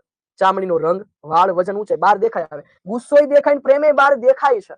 પણ તમે જો હું તમને શું કહું છું કે વાળ, વજન, ઊંચાઈ હોય ને તમે સ્પર્શ કરી શકો છો, સ્પર્શ કરી શકો છો, સ્પર્શ કરી શકો છો. જ્યારે ગુસ્સા અને પ્રેમને કોઈ સ્પર્શ કરી શકે? મને કહો તો. ગુસ્સો ભલે ગમે એટલો હોય તમે આ સ્પર્શ પકડી શકો ગુસ્સાને? ચામડીને પકડી શકાય, વાળને પકડી શકાય, વજન અને ઊંચાઈ છે તે વજન તમે કોઈ તોલામાં માપી શકો, ઊંચાઈ પણ માપી શકો. ટૂંકમાં તમારી સામે એ પ્રત્યક્ષ દેખાય છે. આ બધું કેવું છે? ડાયરેક્ટ દેખાય એવી વસ્તુ જેને પ્રત્યક્ષ કહેવાય છે. એને શું કહેવાય? પ્રત્યક્ષ કહેવાય છે. પણ અહીંયા જે વસ્તુ છે એ કેવું છે? ખાલી અનુભવાતી હોય છે. એટલે કે સાહેબ ઇનડાયરેક્ટ બાબતો કહેવાય. થોડું મગજ છે ને અહીંયા રાખવું પડે. અને આ તો બધી નોર્મલ વસ્તુઓ છે કે આપણે ભાઈ આપણા શિક્ષક તરીકેનું ફ્યુચર બનાવતા હોઈએ તો નોર્મલ પ્રગટ અને અપ્રગટ એટલે કે ડાયરેક્ટ ઇનડાયરેક્ટ બાબતોને સમજી શકીએ આપણે. જો બધા એમના વિશે કમેન્ટ કરે છે ત્યારે તમારી કમેન્ટ મારે મોબાઈલમાં વાંચવી પડશે. ચલો આગળ વધીએ આપણે. ત્યાર પછી વાતાવરણ, ભૌતિક વાતાવરણ રણ પ્રદેશ, ઠંડા પ્રદેશ ઉપર આધારિત છે. સામાજિક માળખું જાતિ, ધર્મ, જ્ઞાતિ અને સમુદાય ઉપર આધારિત છે. સામાન્ય સુવિધા ભૂખ, તરસ અને ઊંઘ ઉપર આધારિત છે. આટલું તમને ક્લિયરલી સમજાણું હોય તો કમેન્ટ બોક્સમાં એકવાર યસ કરજો, પછી આપણે આગળ વધીશું. ચલો અહીંયા સુધી ક્લિયર હોય તો કમેન્ટ બોક્સમાં યસ કરજો, પછી આગળ વધીશું.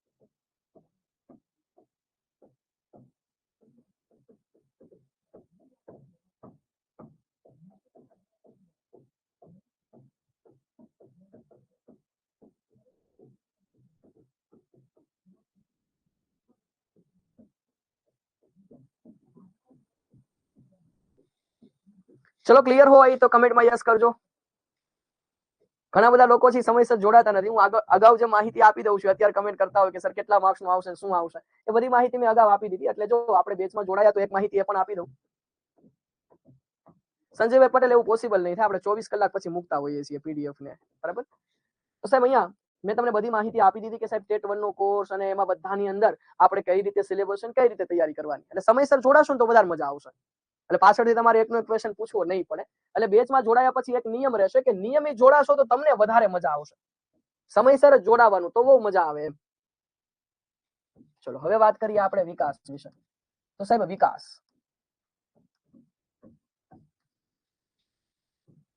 વિકાસ માટે અલગ અલગ સિદ્ધાંતો બનાવવામાં આવ્યા છે. બહુ મહત્વના સિદ્ધાંતો છે જે આપણે ખાસ યાદ રાખવા પડે. વિકાસ માટે પહેલો વહેલો સિદ્ધાંત તમારે ભણવાનો થશે બોધાત્મક વિકાસનો સિદ્ધાંત. કયો સિદ્ધાંત ભણવાનો થશે? બોધાત્મક વિકાસનો સિદ્ધાંત. બોધાત્મક વિકાસનો જે સિદ્ધાંત છે એમાં 4 તબક્કા આપવામાં આવેલા છે. કેટલા તબક્કા છે? 4 તબક્કા છે.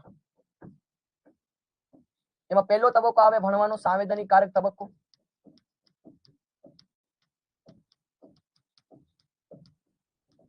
પછી આવશે પૂર્વ ક્રિયાત્મક તબક્કો. પછી આવશે મૂર્ત ક્રિયાત્મક તબક્કો.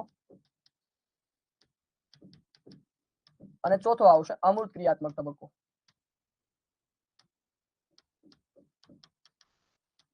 આ ખૂબ ડિટેલ સાથે આપણે ભણવાનું થશે દોસ્તો.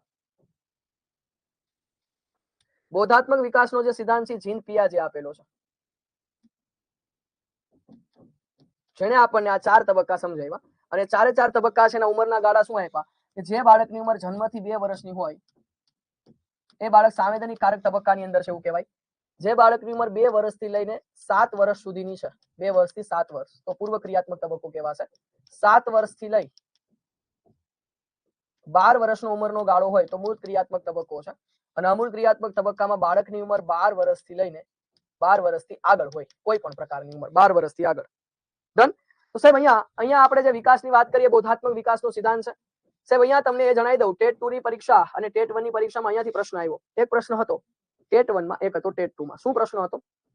તો પ્રશ્ન હતો કે મૂળ ક્રિયાત્મક તબક્કો એનો ઉંમરનો ગાળો કેટલો હોય? 7 થી 12 વર્ષ. અને 12 વર્ષથી આગળની ઉંમર હોય તો એ કયો ગાળો કહેવાય? તો એને કહેવાય અમૂર્ત ક્રિયાત્મક તબક્કો. બરાબર, આ પ્રશ્ન પૂછાઈ ગયો છે. જો સર આ પ્રશ્ન ટેટ 1 માં પૂછાણો હતો. યસ, તો આને આપણે આવડવું જરૂરી છે. પછી ટેટ 1 ની પરીક્ષાની અંદર બીજો 2 પ્રશ્ન અહીંથી જોવા મળ્યા. ટેટ 1 માં 2 હતા. એક કે ચડતા ક્રમમાં ગોઠવો. કેવો પ્રશ્ન અહીંથી પૂછાણો? ચડતા ક્રમમાં ગોઠવો. એક પ્રશ્ન આ હતો. બીજો પ્રશ્ન પૂછાણો મૂળ ક્રિયાત્મક તબક્કો છે એનો સમયગાળો શું હોય? આ બંને પ્રશ્ન તમારા ટેટ 1 2023 માં હતા. બંનેના જવાબો તમને આવડી ગયા. હવે સાહેબ ચડતા ક્રમમાં ગોઠવવાનું હોય તો આ ચડતો ક્રમ, પહેલા સાંવેદનિક કારક તબક્કો આવે, પછી પૂર્વ ક્રિયાત્મક આવે, પછી મૂળ ક્રિયાત્મક ને પછી અમૂર્ત ક્રિયાત્મક. આ ચડતા ક્રમમાં એ ઓપ્શન આપ્યો તો એ ઓપ્શન માંથી તમારે ટીક કરવાનું હતું. પહેલા સાંવેદનિક કારક તબક્કો, પછી પૂર્વ ક્રિયાત્મક, મૂળ ક્રિયાત્મક ને અમૂર્ત ક્રિયાત્મક. આ આપણે ચડતા ક્રમમાં ગોઠવું કહેવાય. બીજું મૂળ ક્રિયાત્મક તબક્કો છે એનો સમયગાળો કેટલો હોય? 7 વર્ષથી 12 વર્ષ. આ બંને પ્રશ્નો ટેટ 1 માં જોવા મળ્યા. કયા વર્ષે? 2023 માં. એટલે આ ટાઈપના પ્રશ્નો પૂછાય કે ભાઈ ચડતા ક્રમમાં ગોઠવો, તો તમને ખબર હોવી જોઈએ પેલા તો આ ચડતો ક્રમ કોનો છે. તો સાહેબ એ પેલા પ્રોપર તૈયારી કરવા માટે ટોપિક ભણવા જરૂરી છે. પ્રોપર ટોપિક ભણો પછી તમને પ્રોપરલી બધા આન્સર 100% મળવા મળશે. બરાબર. તો સાહેબ આ પ્રશ્નો અહીંયાથી જોવા મળ્યા. જીન પિયાજે બોધાત્મક વિકાસનો સિદ્ધાંત આપ્યો છે. પછી આપણે ભણવાનું થશે નૈતિક વિકાસનો સિદ્ધાંત. પછી ભણવાનું થશે મનોજાતીય વિકાસનો સિદ્ધાંત.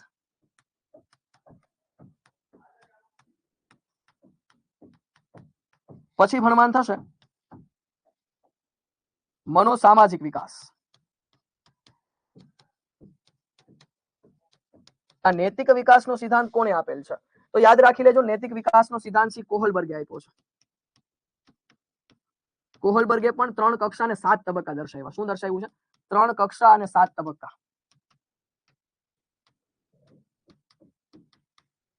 પછી મનોજાતીય વિકાસનો સિદ્ધાંત ડોક્ટર સિગમન્ડ ફ્રોઈડે આપ્યો.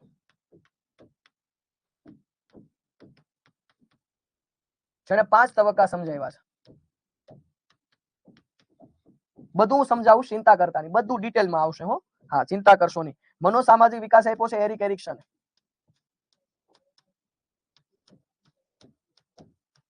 જેમાં એને 8 તબક્કા દર્શાવ્યા છે. આ બધા તબક્કા ડિટેલમાં ભણવા જરૂરી છે.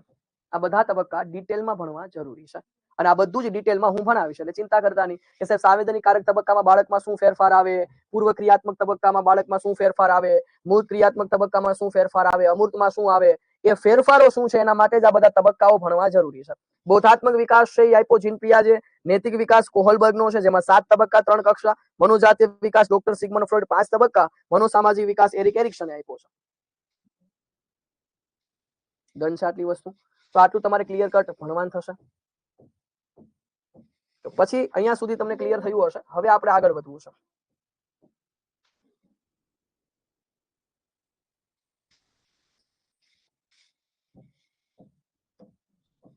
પછી એક પ્રશ્ન ટેટ 1 માં આ પણ હતો. ટેટ 1 ની અંદર એક પ્રશ્ન આ પણ પૂછાણો હતો. શું પ્રશ્ન ટેટ 1 ની અંદર પૂછાણો હતો? તો કે આવો પ્રશ્ન.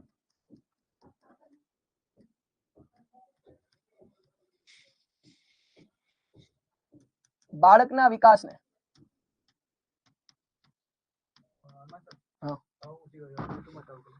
બાળકના વિકાસને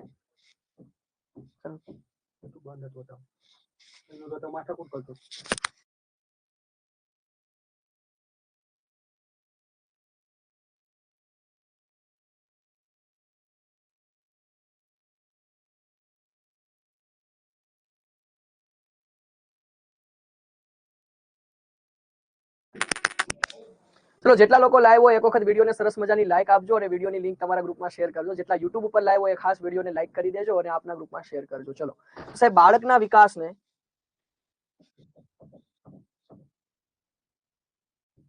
અસર કરતા પરિબળમાં ઘર, શાળા અને મિત્રોનો ફાળો હોય છે. આવું કોને જણાવ્યું છે?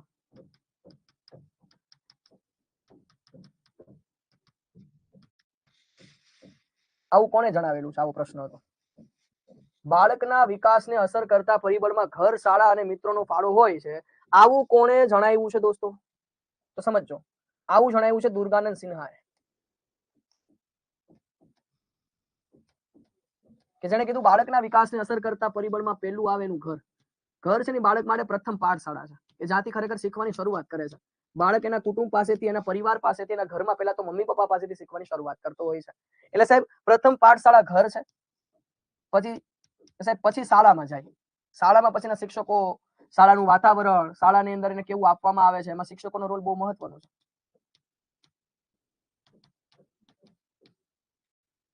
અને ત્રીજું છે મિત્રો. મિત્રો માટે શબ્દ અહીંયા વપરાય સમવયસ્ક.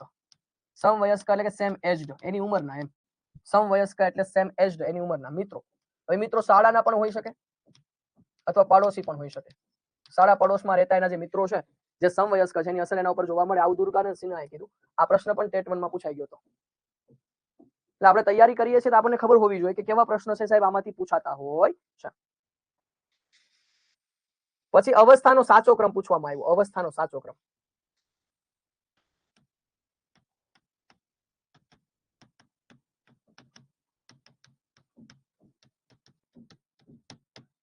સાહેબ અવસ્થાનો સાચો ક્રમ છે ને મારે તમને પ્રોપર સમજાવવો પડશે. ધ્યાન રાખીને સમજો તો મજા આવે. જો વૃદ્ધિ પ્રમાણે તમે ચાલો છો તો અલગ રીતે બનશે, અને વિકાસ પ્રમાણે ચાલો છો તો અલગ રીતે બનશે. કેમ? સમજવાની જરૂર છે. વૃદ્ધિ ગર્ભાવસ્થાથી ચાલુ થાય,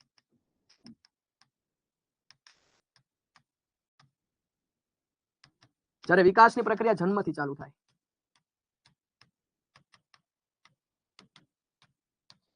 અહીંયા તમે વિકાસનો ક્રમ અહીંયા લખો ને તો અલગ રીતે લખાય. જો ગર્ભાવસ્થાથી શરૂ થાય તો આમાં પહેલી અવસ્થા ગર્ભાવસ્થા આવે, બીજી અવસ્થા શિશુ અવસ્થા આવે, ત્રીજામાં આવે બાલ્યાવસ્થા, ચોથામાં આવે કિશોરાવસ્થા,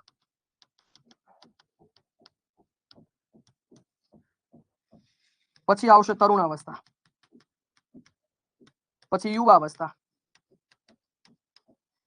પ્રૌઢાવસ્થા અને છેલ્લે આવશે વૃદ્ધાવસ્થા.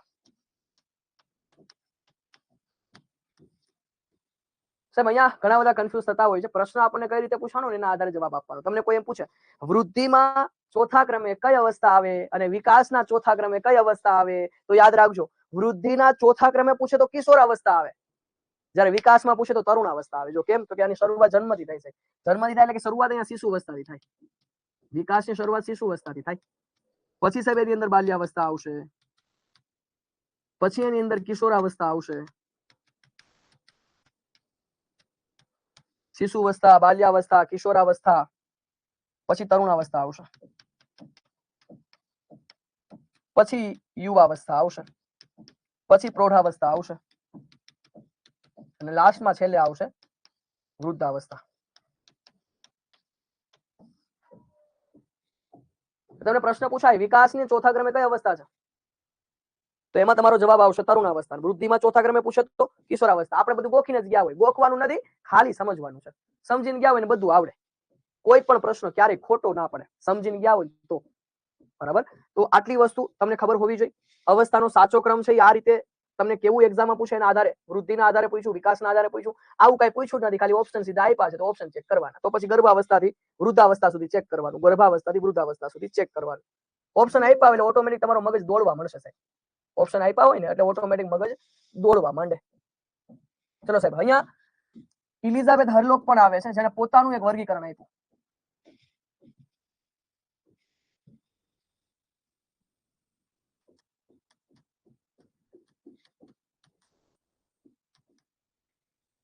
મતે અવસ્થાનું વર્ગીકરણ.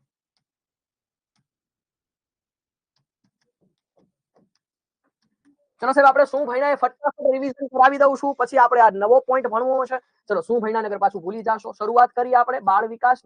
સાહેબ બાળ વિકાસની શરૂઆત કરીએ. એમાં પહેલા જોયું કે 3 મહત્વના પાસા હોય: વૃદ્ધિ, વિકાસ અને પરિપક્વતા. વૃદ્ધિ માત્ર શારીરિક રીતે થાય, અમુક ઉંમરે અટકી જાય, શરીરના કદ, આકાર અને બંધારણમાં ફેરફાર કરે, ગર્ભાવસ્થાથી વૃદ્ધિની શરૂઆત થઈ જાય છે. વિકાસ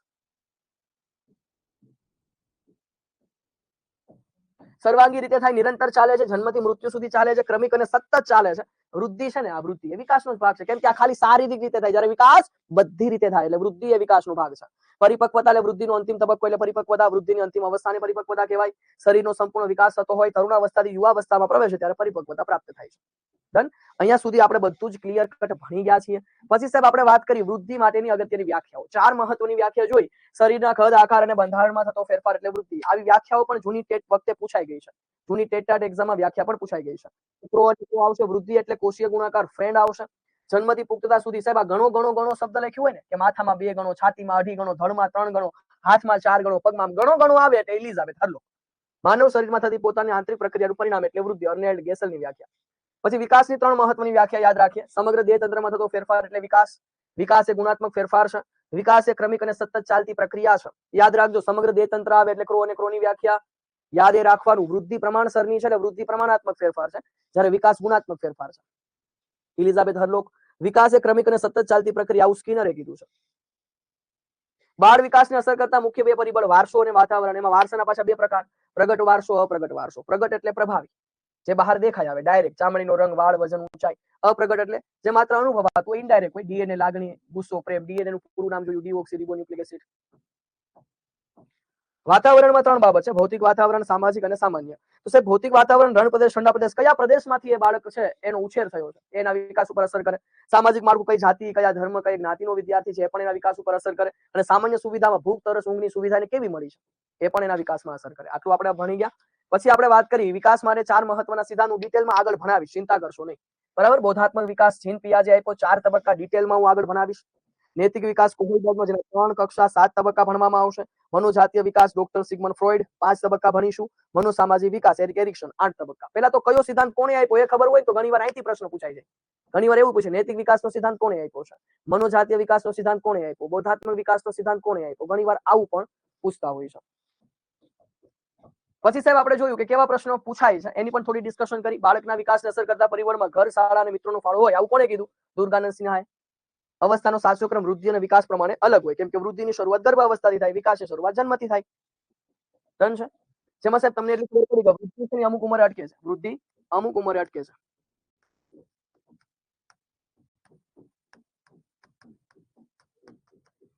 વૃદ્ધિ અમુક ઉંમરે અટકે છે, જ્યારે આ કેવું છે, અટકતું જ નથી, નિરંતર ચાલે છે. એટલે જન્મથી મૃત્યુ સુધી, જન્મથી મૃત્યુ સુધી ચાલે. વિકાસમાં અને વૃદ્ધિમાં આટલો તફાવત છે. ચલો અહીંયા સુધી ક્લિયર, બધું સમજાઈ ગયું હોય તો કમેન્ટમાં યસ કરજો, પછી આગળ વધીશું. ચલો હજુ જેટલા લોકો યુટ્યુબ ઉપર હોય અને હજુ નવા છો આ ચેનલ પર, તો ખાસ જ્ઞાન લાઈવ શિક્ષણ યુટ્યુબ ચેનલને સબસ્ક્રાઇબ કરી લેજો. વિડીયોને સરસ મજાની લાઈક આપજો અને વિડીયોની લિંક આપના ગ્રુપમાં શેર કરજો. દોસ્તો તમારા માટે આપણે જે આ સેશન લાવ્યા છીએ એમાં સાહેબ દરરોજ બપોરે 4 વાગે આ પ્રમાણે છે સેશન આવવાના છે, અને જે લોકોને બેચમાં જોડાવવું હોય એ પણ એડમિશન લઈ શકો છો. ગઈકાલે આપણા ચેતન સરે સેશન લીધું, આજે 2 એપ્રિલે બાળ વિકાસનો સેશન છે, આવતીકાલે ગણિત છે, પછી જીગર સર આવશે. આવી રીતે 12 એપ્રિલ સુધી તમારે લેક્ચર આવશે. 13 એપ્રિલે બધી માહિતી બેચની મળી જશે. 14 તારીખથી બેચની શરૂઆત થશે. સાહેબ ડેમો જ્યાં સુધી ચાલુ છે, ડેમો પહેલા ફી 7,999 હતી, અત્યારે ડેમો ચાલુ છે, તો જ્યાં સુધી ડેમો ચાલુ છે ત્યાં સુધી ફી 8,999 રહેશે. ડેમો પૂરા થઈ ગયા બાદ ફી 9,999 રહેશે. ડેમો શરૂ છે ત્યાં સુધીમાં 15 મંથની વેલિડિટી, ડેમો પછી 12 મહિનાની વેલિડિટી. ફી વધી જશે, વેલિડિટી ઓછી. અહીંયા ફી ઓછી અને વેલિડિટી વધારે. જો ડેમો સુધી એડમિશન લેશો તો વિધાઉટ બુકની ફીમાં વિથ બુક કોર્સ મળી જશે. બરાબર. આ જે બેચ છે ટેટ 1 પ્રાથમિક શિક્ષક બેચ, એની તમને વિગતવાર માહિતી આપું તો આ બેચ જે છે એમાં અત્યારે સ્પેશિયલ ઓફર છે. ડેમો દરમિયાન 8,999 ફી છે 15 મંથ માટે, ડેમો પછીની ફી 9,999 છે 12 મંથ માટે. તો આજે જ પ્લે સ્ટોર માંથી ડાઉનલોડ કરો જ્ઞાન લેબ એપ્લિકેશન. સાહેબ આ બેચમાં બધું ભણાવવામાં આવશે: ગુજરાતી, અંગ્રેજી, બાળ મનોવિજ્ઞાન, શિક્ષણ, વર્ગ વ્યવહાર, ગણિત, રીઝનિંગ, પર્યાવરણ, જીકે, કરંટ અફેર, આ બધું ક્લિયર કટ. અને સાહેબ વિશેષ મહત્વની વસ્તુ હોય તો ધોરણ 1 થી 8 નું વિષય વસ્તુ બાળ વિકાસ સિદ્ધાંતો પર ભાર, શિક્ષણનું કરણ અને વર્તમાન યોજનાઓનો પણ અહીંયા સમાવેશ કરવામાં આવેલો છે. બરાબર. આ બેચમાં જે લોકો એડમિશન લેશે અને 12 પુસ્તકોનો સેટ પણ મળવાનો છે, 12 બુક્સ તમને મળશે, 12 પુસ્તકો મળવાના છે, રેકોર્ડેડ વિડીયો એડવાન્સ મળી જશે. દરરોજ 4 વાગે લાઈવ લેક્ચર આવશે આ બેચમાં. 12 પુસ્તક મળશે, 4 વાગે લાઈવ લેક્ચર, રેકોર્ડેડ વિડીયો એડવાન્સમાં મળશે, પીડીએફ મળશે. પીડીએફ છે કોઈ પણ લેક્ચરની 24 કલાકની અંદર આવતી હોય છે. ટેસ્ટનું પણ આયોજન મળશે. ગુજરાતની સર્વશ્રેષ્ઠ ટીમ તમને ક્વોલિટી કન્ટેન્ટ અહીંયા પીરસવાની છે દોસ્તો. જો કોઈને એક સાથે બે પરીક્ષાની તૈયારી કરવી છે, કોઈ એક સાથે ટેટ 1 અથવા ટેટ 2 બંનેની તૈયારી કરવા માંગે છે, તો આપણી પાસે વલ્લભી બેચ છે. આ બેચની અંદર ફી 10,799 છે. વિધાઉટ બુકની ફીમાં વિથ બુક કોર્સ મળશે, એમાં 1 વર્ષની વેલિડિટી છે. આ બેચમાં ટેટ 1 ની અંદર જે અહીંયા તૈયારી કરાવીશું એ તો બધી મળવાની જ છે, પ્લસ ટેટ 2 ની અંદર તમને ગણિત, વિજ્ઞાન, એસએસ, ભાષા એનું કન્ટેન્ટ પણ ભણાવવામાં આવશે. એટલે કે આ બેચ છે વલ્લભી બેચ, એમાં ટેટ 1, 2 બંનેની તૈયારી એક જ બેચમાં થશે, જ્યારે આ બેચમાં ટેટ 1 ની માત્ર તૈયારી થશે. તો અત્યારે જેને પણ જોડાવવું હોય, ઓફિસ નંબર અહીંયા આપ્યા છે, આ નંબર ઉપર તમે સંપર્ક કરી શકો છો, અથવા તો પ્લે સ્ટોર માંથી જ્ઞાન લાઈવ એપ્લિકેશન ડાઉનલોડ કરીને ખરીદી શકો છો. તો અત્યારે સાહેબ 1 તારીખ થી 12 તારીખ સુધી છે ઓરિએન્ટેશન સેશન આવશે. 4 વાગ્યાનો સમય રહેશે. ડેમો જ્યાં સુધી ચાલુ છે ત્યાં 899 છે, 15 મહિનાની વેલિડિટી. ડેમો પછી 9,999 ફીસ અને 12 મહિનાની વેલિડિટી. જેને જોડાવવું છે એ આજે જ પ્લે સ્ટોર માંથી જ્ઞાન લાઈવ એપ્લિકેશન ડાઉનલોડ કરી લેજો. સાહેબ બેચની અંદર તમને રેકોર્ડેડ વિડીયો એડવાન્સમાં મળશે, દરરોજ 4 વાગે લાઈવ લેક્ચર, પુસ્તકોનો સેટ મળશે, માઇન્ડ મેપ મળશે. ગુજરાતની સર્વશ્રેષ્ઠ ટીમ તમને નેવિગેટર સાથે ભણાવશે. રેકોર્ડેડ વિડીયો એડવાન્સમાં છે એટલે રિવિઝન અગાઉથી કરી શકાય. ટેસ્ટનું પણ આયોજન થશે. 1 થી 12 તારીખ ડેમો ચાલશે, 13 તારીખે તમને સંપૂર્ણ આયોજન સમજાવવામાં આવશે. એટલે હજુ પણ જેને એડમિશન લેવું હોય લઈ લેજો. આ ઓફિસનો નંબર છે, જ્ઞાન લાઈવ એપ્લિકેશન ડાઉનલોડ કરી લેવાની. વધુ વિગત માટે આ નંબર ઉપર આપ સંપર્ક કરી શકો છો. આપને બધી જ ડિટેલ માહિતી મળી જશે. તમારે પુસ્તક ખરીદવા છે, પુસ્તકોનો સેટ ખરીદવો છે, ટેટ 1 ની બેચમાં જોડાવવું છે, ટાટ સેકન્ડરી હાયર સેકન્ડરીની બેચમાં જોડાવવું છે, કે કોઈ પણ બેચમાં જોડાવવું હોય, આ નંબર ઉપર કોલ કરજો, બધી તમને ડિટેલ માહિતી મળી જશે.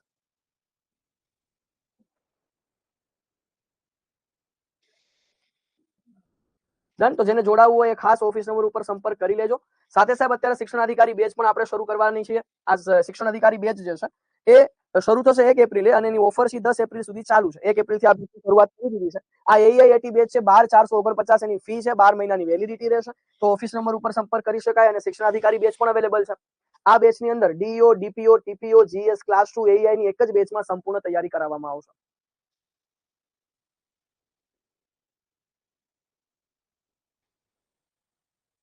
શિક્ષણાધિકારી બેચ છે ને એમાં 2 વર્ષની વેલિડિટી, એઆઈઆઈટી માં 12 મહિના એટલે કે 1 વર્ષની વેલિડિટી. એટલે તમને જે લાગુ પડતું એ બેચમાં જોડાઈ શકો. ટેટ 1 છે, ટેટ 1 2 ની વલ્લભી બેચ છે. પછી અત્યારે ઓરિએન્ટેશન સેશન આ મુજબ 4 વાગે ચાલુ રહેવાના છે. જેને એડમિશન લેવું હોય લઈ શકે છે. કોઈ એવું કે સર રૂબરૂ ગાંધીનગર આવવાનો વિચાર છે તો આવી શકીએ. હા, રૂબરૂ ગાંધીનગર પણ આપણે ઓફલાઈન બેચ અત્યારે ચાલુ છે. રૂબરૂ ગાંધીનગર આવીને ભણવું હોય તો અત્યારે ઓફલાઈન બેચ ગાંધીનગર ખાતે ચાલુ છે. તો આવી શકો છો ગાંધીનગર ખાતે. જ્ઞાન એકેડેમી સેક્ટર છે ગાંધીનગર. રૂબરૂ આવો છો તો ત્યાં હોસ્ટેલ સુવિધા પણ ઉપલબ્ધ છે. આ હોસ્ટેલ સુવિધાના કોન્ટેક્ટ નંબર આપેલા છે. બેચની વિશેષતા છે તો એની અંદર સાહેબ તમને પ્રિલિમ મેથ્સની જેટલી પણ બુકની જરૂર પડશે બધી બુક મળશે. ક્લાસરૂમનો રેકોર્ડેડ કોર્સ તમને મળવાપાત્ર થશે. સાથે સાથે એપ્લિકેશન 3 વર્ષ માટે ફ્રી એસી લાઇબ્રેરી, બેગની સુવિધા મળશે. ગુજરાતની સર્વશ્રેષ્ઠ ફેકલ્ટી ભણાવશે. બેસ્ટ મટીરિયલ, નિયમિત ટેસ્ટ, ફ્રી એસી લાઇબ્રેરી, હોસ્ટેલ સુવિધા, વોટ્સએપ ગ્રુપમાં મેરિટ શેરિંગ. સાહેબ ડેમો પહેલા ફી 27,500, ડેમો દરમિયાન 28,500, ડેમો પછી 29,500. અત્યારે ડેમો પૂરા થઈ ગયા છે. બેચનો સમય 8 થી 10 વાગ્યાનો છે. બેચ હજુ શરૂ થઈ જ છે. એટલે જેને પણ એડમિશન લેવું હોય, રૂબરૂ ગાંધીનગર આવીને ભણવું છે ઓફલાઈન, તો એને આ કોન્ટેક્ટ નંબર આપ્યા છે ત્યાં સંપર્ક કરવાનો છે. ઓફલાઈનની બધી માહિતી મળી જશે. હોસ્ટેલની પણ માહિતીના કોન્ટેક્ટ નંબર આપેલા છે. તો કોઈ વિદ્યાર્થીને રૂબરૂ આવવું હોય, રૂબરૂ ભણવું હોય ગાંધીનગર ખાતે, તો ઓફલાઈનના કોન્ટેક્ટ નંબર ઉપર સંપર્ક કરજો. ત્યાં પણ આપણી આ સ્પેશિયલ ટેટ 1 ની પ્રાથમિક શિક્ષક બેચ છે શરૂ કરવાના છીએ. તો જ્ઞાન એકેડેમી સેક્ટર છે ગાંધીનગર ખાતે, રૂબરૂ આવવું હોય આવી શકો છો. સાથે સાથે વિદ્યાર્થી મિત્રો, તમારે જો ટાટ સેકન્ડરી હાયર સેકન્ડરી તૈયારી કરવી હોય તો એની પણ ઓનલાઈન બેચ અવેલેબલ છે. તો પ્લે સ્ટોર માંથી જ્ઞાન લાઈવ એપ્લિકેશન ડાઉનલોડ કરજો. વધુ વિગત માટે ઓફિસ નંબર ઉપર આપ સંપર્ક કરજો, મળી જશે. અને આ રીતે દરરોજ આપણા 4 વાગ્યે પ્રાથમિક શિક્ષક બેચના ડેમો સેશન ચાલવાના છે. 1 તારીખ થી 12 એપ્રિલ સુધી ડેમો રહેશે. 13 તારીખ એટલે કે 13 તારીખથી બેચની સંપૂર્ણ માહિતી આપ્યા પછી બેચની વિગતવાર શરૂઆત થઈ જશે. બરાબર. ચલો, અને જેટલા યુટ્યુબ ઉપર મિત્રો જોડાયેલા છે ખાસ એક વખત આ ચેનલને સબસ્ક્રાઇબ કરી લેજો. વિડીયોને સરસ મજાની લાઈક આપજો. વિડીયો આપના ગ્રુપમાં શેર કરજો. જેટલા લોકો યુટ્યુબ ઉપર હોય વિડીયોને સરસ મજાની લાઈક આપજો અને વિડીયો આપના ગ્રુપમાં શેર કરજો. આ કોર્સ તમે લીધો હશે તો પુસ્તકોનો સેટ તમને મળી રહેશે અને પુસ્તકોનો સેટ તમારા ઘરે કુરિયર દ્વારા ફ્રીમાં પહોંચાડવામાં આવશે. જો તમે વિધાઉટ બુકની ફીમાં વિથ બુક કોર્સ લીધો હશે તો તમને મળી રહેશે. ડન. ચલો આગળ વધીશું. અહીંયા સુધી ક્લિયર હશો એવી આશા સાથે આગળ વધી આજનો આપણો આ છેલ્લો ટોપિક પૂર્ણ કરીશું. પછી એપ્લિકેશનમાં જ્યારે લેક્ચર આવશે ફરી વખત આપણે લેક્ચરને શરૂ કરીશું અને બાળ વિકાસના તમામ પાસાઓ, તમામ મુદ્દાઓ ડિટેલ સાથે પાયાથી અંત સુધી અને એ પણ 360 ડિગ્રી ભણાવવામાં આવશે. ચલો આગળ વધીએ. એલિઝાબેથ હલોકના મતે અવસ્થાનું વર્ગીકરણ.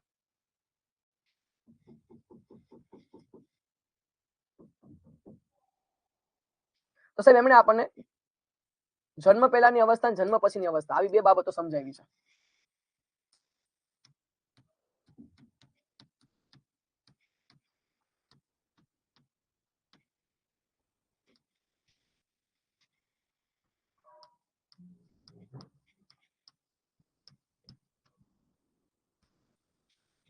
તો જન્મ પહેલાની અને જન્મ પછીની અવસ્થાની અંદર શું આવશે એ આપણે જોઈએ. જન્મ પહેલાની અવસ્થા, તો સાહેબ એમાં ત્રણ બાબતો જોવા મળે. ગર્ભાવસ્થા, સોરી પહેલા આવશે ગર્ભધાન,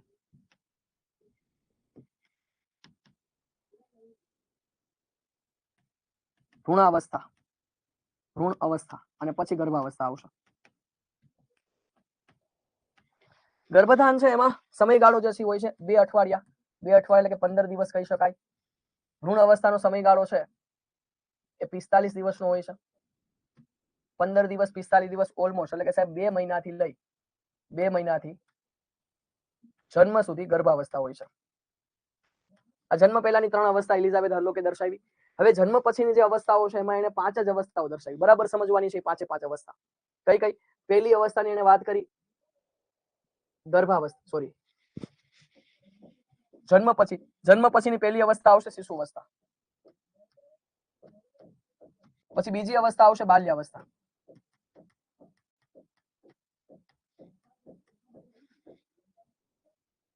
પછી ડાયરેક્ટ તરુણાવસ્થા આવી જશે એલિઝાબેથ હર્લોકના મત પ્રમાણે. પછી ડાયરેક્ટ પુખ્તાવસ્થા આવી જશે. આ પુખ્તાવસ્થાને જ આપણે પ્રૌઢાવસ્થા કહીએ. અને છેલ્લી આવશે વૃદ્ધાવસ્થા. હવે એને પાછા અલગ અલગ વિભાગો પાડવામાં આવ્યા. શિશુ અવસ્થા છે તો એમાં બાળકની જે ઉંમરનો ગાળો છે જન્મથી 2 વર્ષનો હોય. હવે બાલ્યાવસ્થાની અંદર 2 વિભાગ પાડવામાં આવ્યા, પૂર્વ બાલ્યાવસ્થા અને ઉત્તર બાલ્યાવસ્થા. પૂર્વ બાલ્યાવસ્થામાં બાળકનો જે સમયગાળો છે ઉંમરનો એ 2 વર્ષથી લઈને 6 વર્ષ સુધીનો હોય. અને ઉત્તર બાલ્યાવસ્થાની અંદર 6 વર્ષથી 12 વર્ષ સુધી. પછી તરુણાવસ્થા છે તો એમાં 2 પ્રકારો પાડવામાં આવ્યા, એટલે કે 2 ભાગ પાડવામાં આવ્યા, પૂર્વ તરુણાવસ્થા અને ઉત્તર તરુણાવસ્થા. પૂર્વ તરુણાવસ્થામાં બાળકની ઉંમરનો ગાળો 12 વર્ષથી 16 વર્ષ સુધી. અને ઉત્તર તરુણાવસ્થામાં 16 વર્ષથી 20 વર્ષ સુધી. આવું એલિઝાબેથ હર્લોકનો, એમ શું લખ્યું? એલિઝાબેથ હર્લોકના મતે અવસ્થાનું વર્ગીકરણ છે. એલિઝાબેથ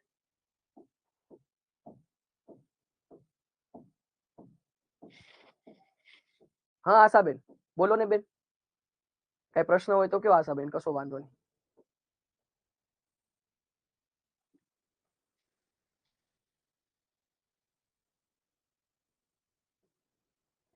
પુખ્તાવસ્થાના 3 પ્રકાર જોવા મળશે અહીંયા. પૂર્વ, મધ્ય પુખ્તાવસ્થા અને ઉત્તર પુખ્તાવસ્થા. એમાં પૂર્વ પુખ્તાવસ્થાનો સમયગાળો 20 થી લઈને 34 વર્ષનો. મધ્ય પુખ્તાવસ્થાનો સમયગાળો 35 થી લઈને 50 વર્ષ સુધીનો. ઉત્તર પુખ્તાવસ્થાનો સમયગાળો 50 થી લઈને 60 વર્ષ સુધીનો. અને વૃદ્ધાવસ્થાનો સમયગાળો 60 વર્ષથી આગળ. આવી રીતે આપણે ખાસ યાદ રાખવાનું રહેશે દોસ્તો. આવી રીતે આપણે આ બાબતને ખાસ યાદ રાખવાની રહેશે. તો શું યાદ રાખવાનું છે? શિશુ અવસ્થા જન્મથી 2 વર્ષ આવશે બાલ્યાવસ્થામાં, તો એમાં પૂર્વ અને ઉત્તર 2 ભાગ પડશે. 2 વર્ષથી 6 વર્ષ અને 6 થી 12. તરુણાવસ્થામાં તો કે 12 વર્ષથી 16, 16 થી 20 વર્ષ. એમાં પૂર્વ તરુણ અને ઉત્તર તરુણ આવશે. ત્યાર પછી વાત કરીએ પુખ્તાવસ્થા એટલે પ્રૌઢાવસ્થા, જેની અંદર આવશે પૂર્વ, મધ્ય અને ઉત્તર, જેમાં 20 થી 34 વર્ષ, 35 થી 50, 50 થી 60. વૃદ્ધાવસ્થામાં 60 વર્ષથી આગળ. હવે સાહેબ અહીંયા 2 અવસ્થા નથી આવી. જો એલિઝાબેથ હર્લોક છે એના મતે 2 અવસ્થા અહીંયા નથી. કઈ નથી ખબર છે? એક અવસ્થા છે કિશોરાવસ્થા, એ તમને કઈ દેખાતી નથી, જોઈ લો. અને એક અવસ્થા છે આની અંદર યુવાવસ્થા, એ પણ તમને ક્યાંય દેખાતી નથી, જોઈ લો. કિશોરાવસ્થા આપણને ક્યાંય દેખાતી નથી ને યુવાવસ્થા આપણને ક્યાંય દેખાતી નથી. તો આવી જગ્યાએ આપણે શું કરશું? જુઓ તો સાહેબ સમજો કે કિશોરાવસ્થા જે છે, કિશોરાવસ્થા એને સાહેબ ઉત્તર બાલ્યાવસ્થા કહેવાય. ઉત્તર બાલ્યાવસ્થાને જ કિશોરાવસ્થા કહેવાય. કેમ? તો કે એનો જે ઉંમરનો ગાળો હોય ને એ 6 વર્ષથી 12 વર્ષનો હોય. કેટલો હોય? 6 થી 12 વર્ષ.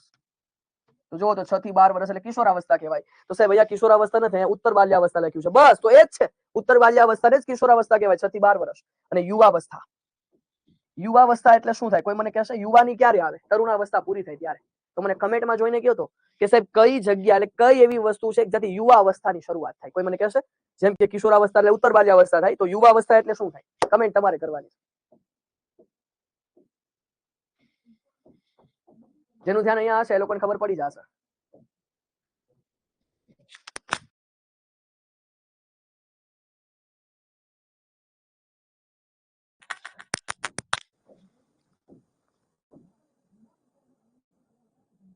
ઘણા કહે છે ઉત્તર તરુણાવસ્થા, એ બધા ખોટા. પૂર્વ પુખ્તાવસ્થા કે છે બધા સાચા. ભાઈ યુવાવસ્થાની શરૂઆત છે ને ભાઈ 20 થી 40 વર્ષની હોય છે, એવું બધા કે 20 વર્ષ પછી. યુવાવસ્થા છે ને 20 વર્ષથી શરૂ થાય, ત્યાં સુધી તરુણાવસ્થા હોય. તો 20 વર્ષથી શરૂ થાય, આમાં 20 વર્ષથી શરૂ થતું એવું તો અહીંયા છે 20 થી 34 વર્ષ, એટલે કહેવાય પૂર્વ પુખ્તાવસ્થા. તમને એટલી ના ખબર પડે, માણસને પુખ્ત બનવું હોય તો એ પેલા કઈ અવસ્થામાંથી જવું પડે? આપણે પુખ્ત બનવું હોય તો કઈ અવસ્થામાંથી જવું પડે? સાહેબ આપણે પુખ્ત બનવા માટે પેલા તો તરુણાવસ્થા હોય, તરુણાવસ્થામાંથી આપણે પુખ્ત બનવું હોય તો યુવાન બનવું પડે, યુવાનમાંથી પુખ્ત બનાય, એટલે પુખ્તાવસ્થામાં પૂર્વ પુખ્તાવસ્થા છે ને એ જ યુવાનીની અવસ્થા, એટલે કે યુવાવસ્થા કહેવાય. ડન. તો આ બે કન્સેપ્ટને પણ ખાસ યાદ રાખી લેજો, આ બે કન્સેપ્ટને પણ ખાસ યાદ રાખી લેવાના છે દોસ્તો, બરાબર. તો એલિઝાબેથ હરલોકના મત પ્રમાણે જન્મ પહેલાની અવસ્થા એટલે કે ગર્ભધાન 15 દિવસ, ભ્રૂણ અવસ્થા 45 દિવસ, ગર્ભાવસ્થા 2 મહિનાથી જન્મ સુધી. જન્મ પછીની અવસ્થામાં આવશે શિશુવસ્થા, જન્મથી 2 વર્ષ. બાલ્યાવસ્થામાં 2 પ્રકાર, પૂર્વ બાલ્યાવસ્થા, ઉત્તર બાલ્યાવસ્થામાં 2 થી 6 વર્ષ અને 6 થી 12 વર્ષ. તરુણાવસ્થામાં પૂર્વ તરુણાવસ્થા, ઉત્તર તરુણાવસ્થા 12 થી 16 અને 16 થી 20. પછી પૂર્વ પુખ્તાવસ્થા, મધ્ય પુખ્તાવસ્થા, ઉત્તર પુખ્તાવસ્થા 20 થી 34, 35 થી 50, 50 થી 60 અને વૃદ્ધાવસ્થા એટલે 60 વર્ષથી આગળ. ડન. અને યાદ રાખજો સાહેબ, અહીંયા જે ઉત્તર બાલ્યાવસ્થા છે એને જ આપણે કિશોરાવસ્થા કહીએ, જેમ કે એમાં 6 થી 12 વર્ષ હોય, અને યુવાનીની અવસ્થા એટલે 20 વર્ષથી શરૂ થાય, પૂર્વ પુખ્તાવસ્થા આવું કહેવાશે. ડન. ચલો અહીંયા સુધી ક્લિયર ને? હવે તો સાહેબ આ કેવું છે કે અત્યારે તો સાહેબ હવે આ અવસ્થાઓના ગાળા છે ને, આ તો એલિઝાબેથ હરલોકના મતે છે, પણ અત્યારે તમે જુઓ તો ઘણું બધું છે આની અંદર ચેન્જીસ જોવા મળે, કેમ કે હવે તો સાહેબ ખાલી 8 વર્ષનો છોકરો હોય કે 9 વર્ષનો હોય તોય તરુણાવસ્થામાં આવી જાય. છોકરીઓ 9 કે 10 વર્ષની હોય તો પણ એ તરુણાવસ્થામાં પ્રવેશે છે. એટલે કે અત્યારનો ખોરાક એવો છે, અત્યારની રહેણી કહેણી એવી છે, અત્યારની સુખ સુવિધા એવી છે કે જેના કારણે બાળકો ઓછી ઉંમરમાં, એટલે કે અહીંયા દેખાડ્યું એ નહીં, પણ 10 કે 9 વર્ષની ઉંમરમાં જ તરુણાવસ્થામાં પહોંચી જાય છે. એ સમયગાળો, એ બધી બાબતો અલગ છે. બાકી અહીંયા જે ભણો છો તમે એ એલિઝાબેથ હરલોકના મતે અવસ્થાનું વર્ગીકરણ છે આખું. ચલો હવે સાહેબ સામાન્ય રીતે શું લખી શકાય? સામાન્ય રીતે જો અવસ્થાનું વર્ગીકરણ કરવું હોય તો આ રીતે લખાય કે ભાઈ પહેલી વહેલી અવસ્થા છે એ ગર્ભાવસ્થા, બીજી જે અવસ્થા છે શિશુવસ્થા, ને શિશુવસ્થામાં બાળકના ઉંમરનો સમયગાળો જન્મથી 2 વર્ષ.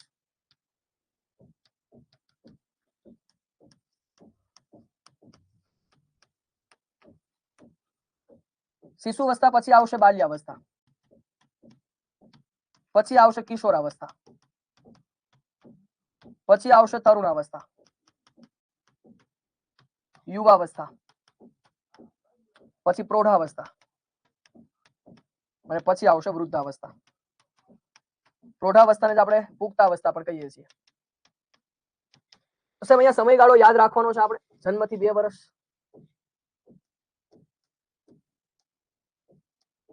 પછી અહીંયા આવશે 2 વર્ષથી લઈને 6 વર્ષ સુધી, જેને બાલ્યાવસ્થા કહેવાય. 6 વર્ષથી લઈને 12 વર્ષ સુધી, જેને કિશોરાવસ્થા કહેવાય. 12 વર્ષથી લઈને 20 વર્ષ સુધી તરુણાવસ્થા કહેવાય. યુવાવસ્થા જે આપણા ઉંમરનો ગાળો કહી શકાય, 20 વર્ષથી 40 વર્ષ. પુખ્તાવસ્થાને સામાન્ય રીતે લખાય 40 વર્ષથી 60 વર્ષ, અને વૃદ્ધાવસ્થાને લખાય 60 વર્ષથી આગળ.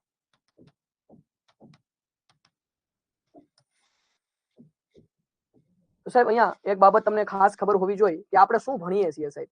વૃદ્ધિ પ્રમાણે ગર્ભાવસ્થાથી શરૂ થાય, વિકાસ પ્રમાણે જન્મથી ચાલુ થાય, પછી એલિઝાબેથ હરલોકનું વર્ગીકરણ હોય તો અલગ વસ્તુ આવશે, અને સામાન્ય રીતે લખો તો આ રીતે લખાશે.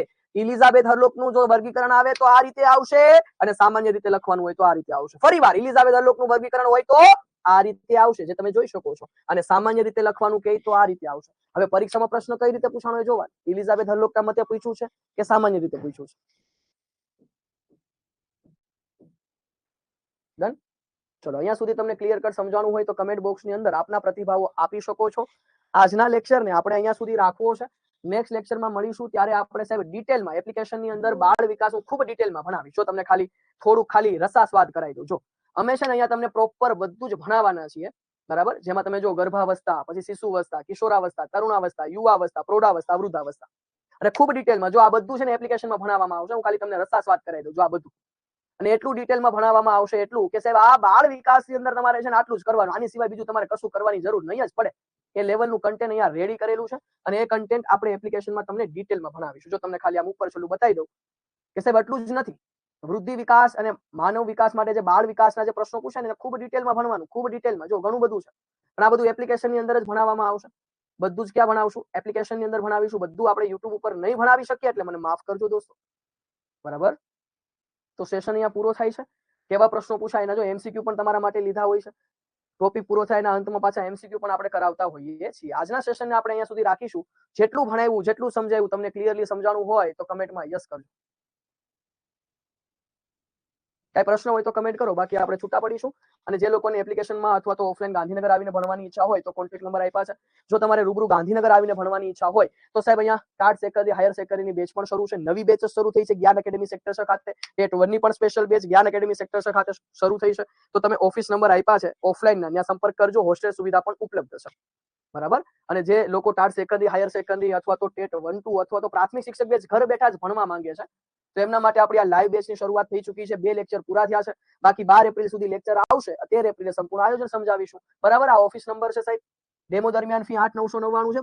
15 મહિનાની વેલિડિટી મળે. ડેમો પછી ફી વધી જશે, વેલિડિટી ઘટી જશે. 9,999 12 મહિનાની વેલિડિટી. તો વિધાઉટ બુકની ફીમાં વિથ બુક કોર્સ મેળવવા આજે જ આપેલ નંબરો ઉપર સંપર્ક કરજો. પ્લે સ્ટોરમાંથી જ્ઞાન લેબ એપ્લિકેશન ડાઉનલોડ કરી શકો છો અને આપેલા નંબરો ઉપર સંપર્ક કરી વધુ વિગત જાણી શકો છો. અને જો કોઈને ટેટ 1 2 બંનેની સાથે તૈયારી કરવી છે તો પણ અત્યારે બેચ અવેલેબલ છે, વલભી બેચ. અને જેને માત્ર ટેટ 1 ની તૈયારી કરવી છે એની પણ સ્પેશિયલ બેચ અત્યારે શરૂ છે. ડેમો દરમિયાન ફી 8,999, ડેમો બાદ 9,999 છે.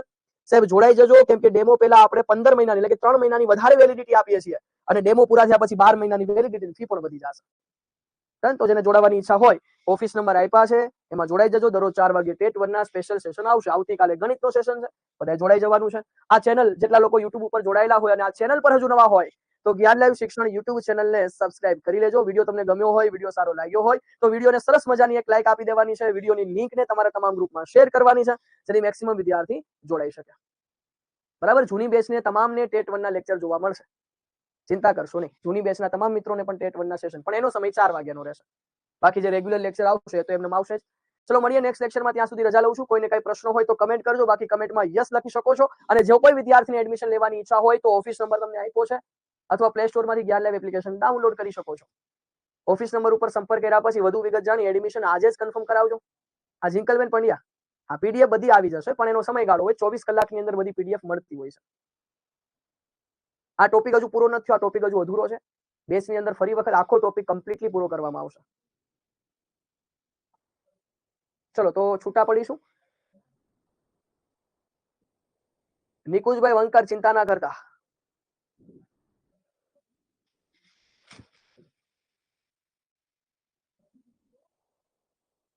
ટેટ 1 2 ની બેચમાં આપણે આપીએ જ છીએ પહેલા. કોણ છે? પલ્લવીબેન સરકાર. તમને લખ્યું તો ખરી બેન. તમને એવું કીધું કે જે ટેટ 1 2 ની બેચમાં છે એમાં ટેટ 1 ની બેચ આપણે આપીએ જ છીએ.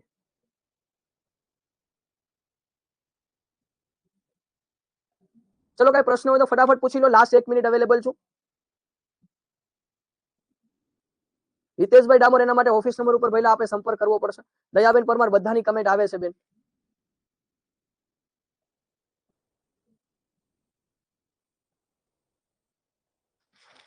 ઓકે, બધા કમેન્ટ કરે છે આવું ભણાવો તેવું, પણ એક કમેન્ટ કરતા આપણે ભણવાની કમેન્ટ કરશો તો વધારે મજા આવશે. વખાણમાં વધારે બહુ રસ નથી લાગતો, હે ને? જોરદાર ભણાવો ને પેલું ભણાવો એની કરતા તમે ન સમજાય એના પ્રશ્ન પૂછો. હા, એપ્લિકેશન વાળા નોટ્સ બનાવી હોય તો બનાવી શકો છો. વિશાલભાઈ, એ તમને જણાવવામાં આવશે પહેલા. ચલો તો આજનો સેશન અહીંયા સુધી રાખીએ છીએ. મળીએ નેક્સ્ટ લેક્ચરમાં. ત્યાં સુધી રજા લઉં છું. દરરોજ બપોરે બધાએ 4 વાગે આવી જવાનું છે, બરાબર? હા, દરરોજ આપણે 4 વાગે આ ઓરિએન્ટેશન સેશન રહેશે અને જેને જોડાવવું હોય એ ખાસ જોડાઈ જજો સાહેબ. ડેમો દરમિયાન ફી 8,999, 15 મહિનાની વેલિડિટી મળવાની છે. વિધાઉટ બુકની ફીમાં વિથ બુક કોર્સ મળે છે. તો જ્ઞાન લેબ એપ્લિકેશન ડાઉનલોડ કરજો. વધુ વિગત માટે ઓફિસ નંબર આપેલા છે, આ નંબર ઉપર સંપર્ક કરી લેવાનો છે. મળીએ નેક્સ્ટ લેક્ચરમાં. ત્યાં સુધી રજા લઈશ. જય હિન્દ, જય Bharat. Thank you, bye bye, take care, good night.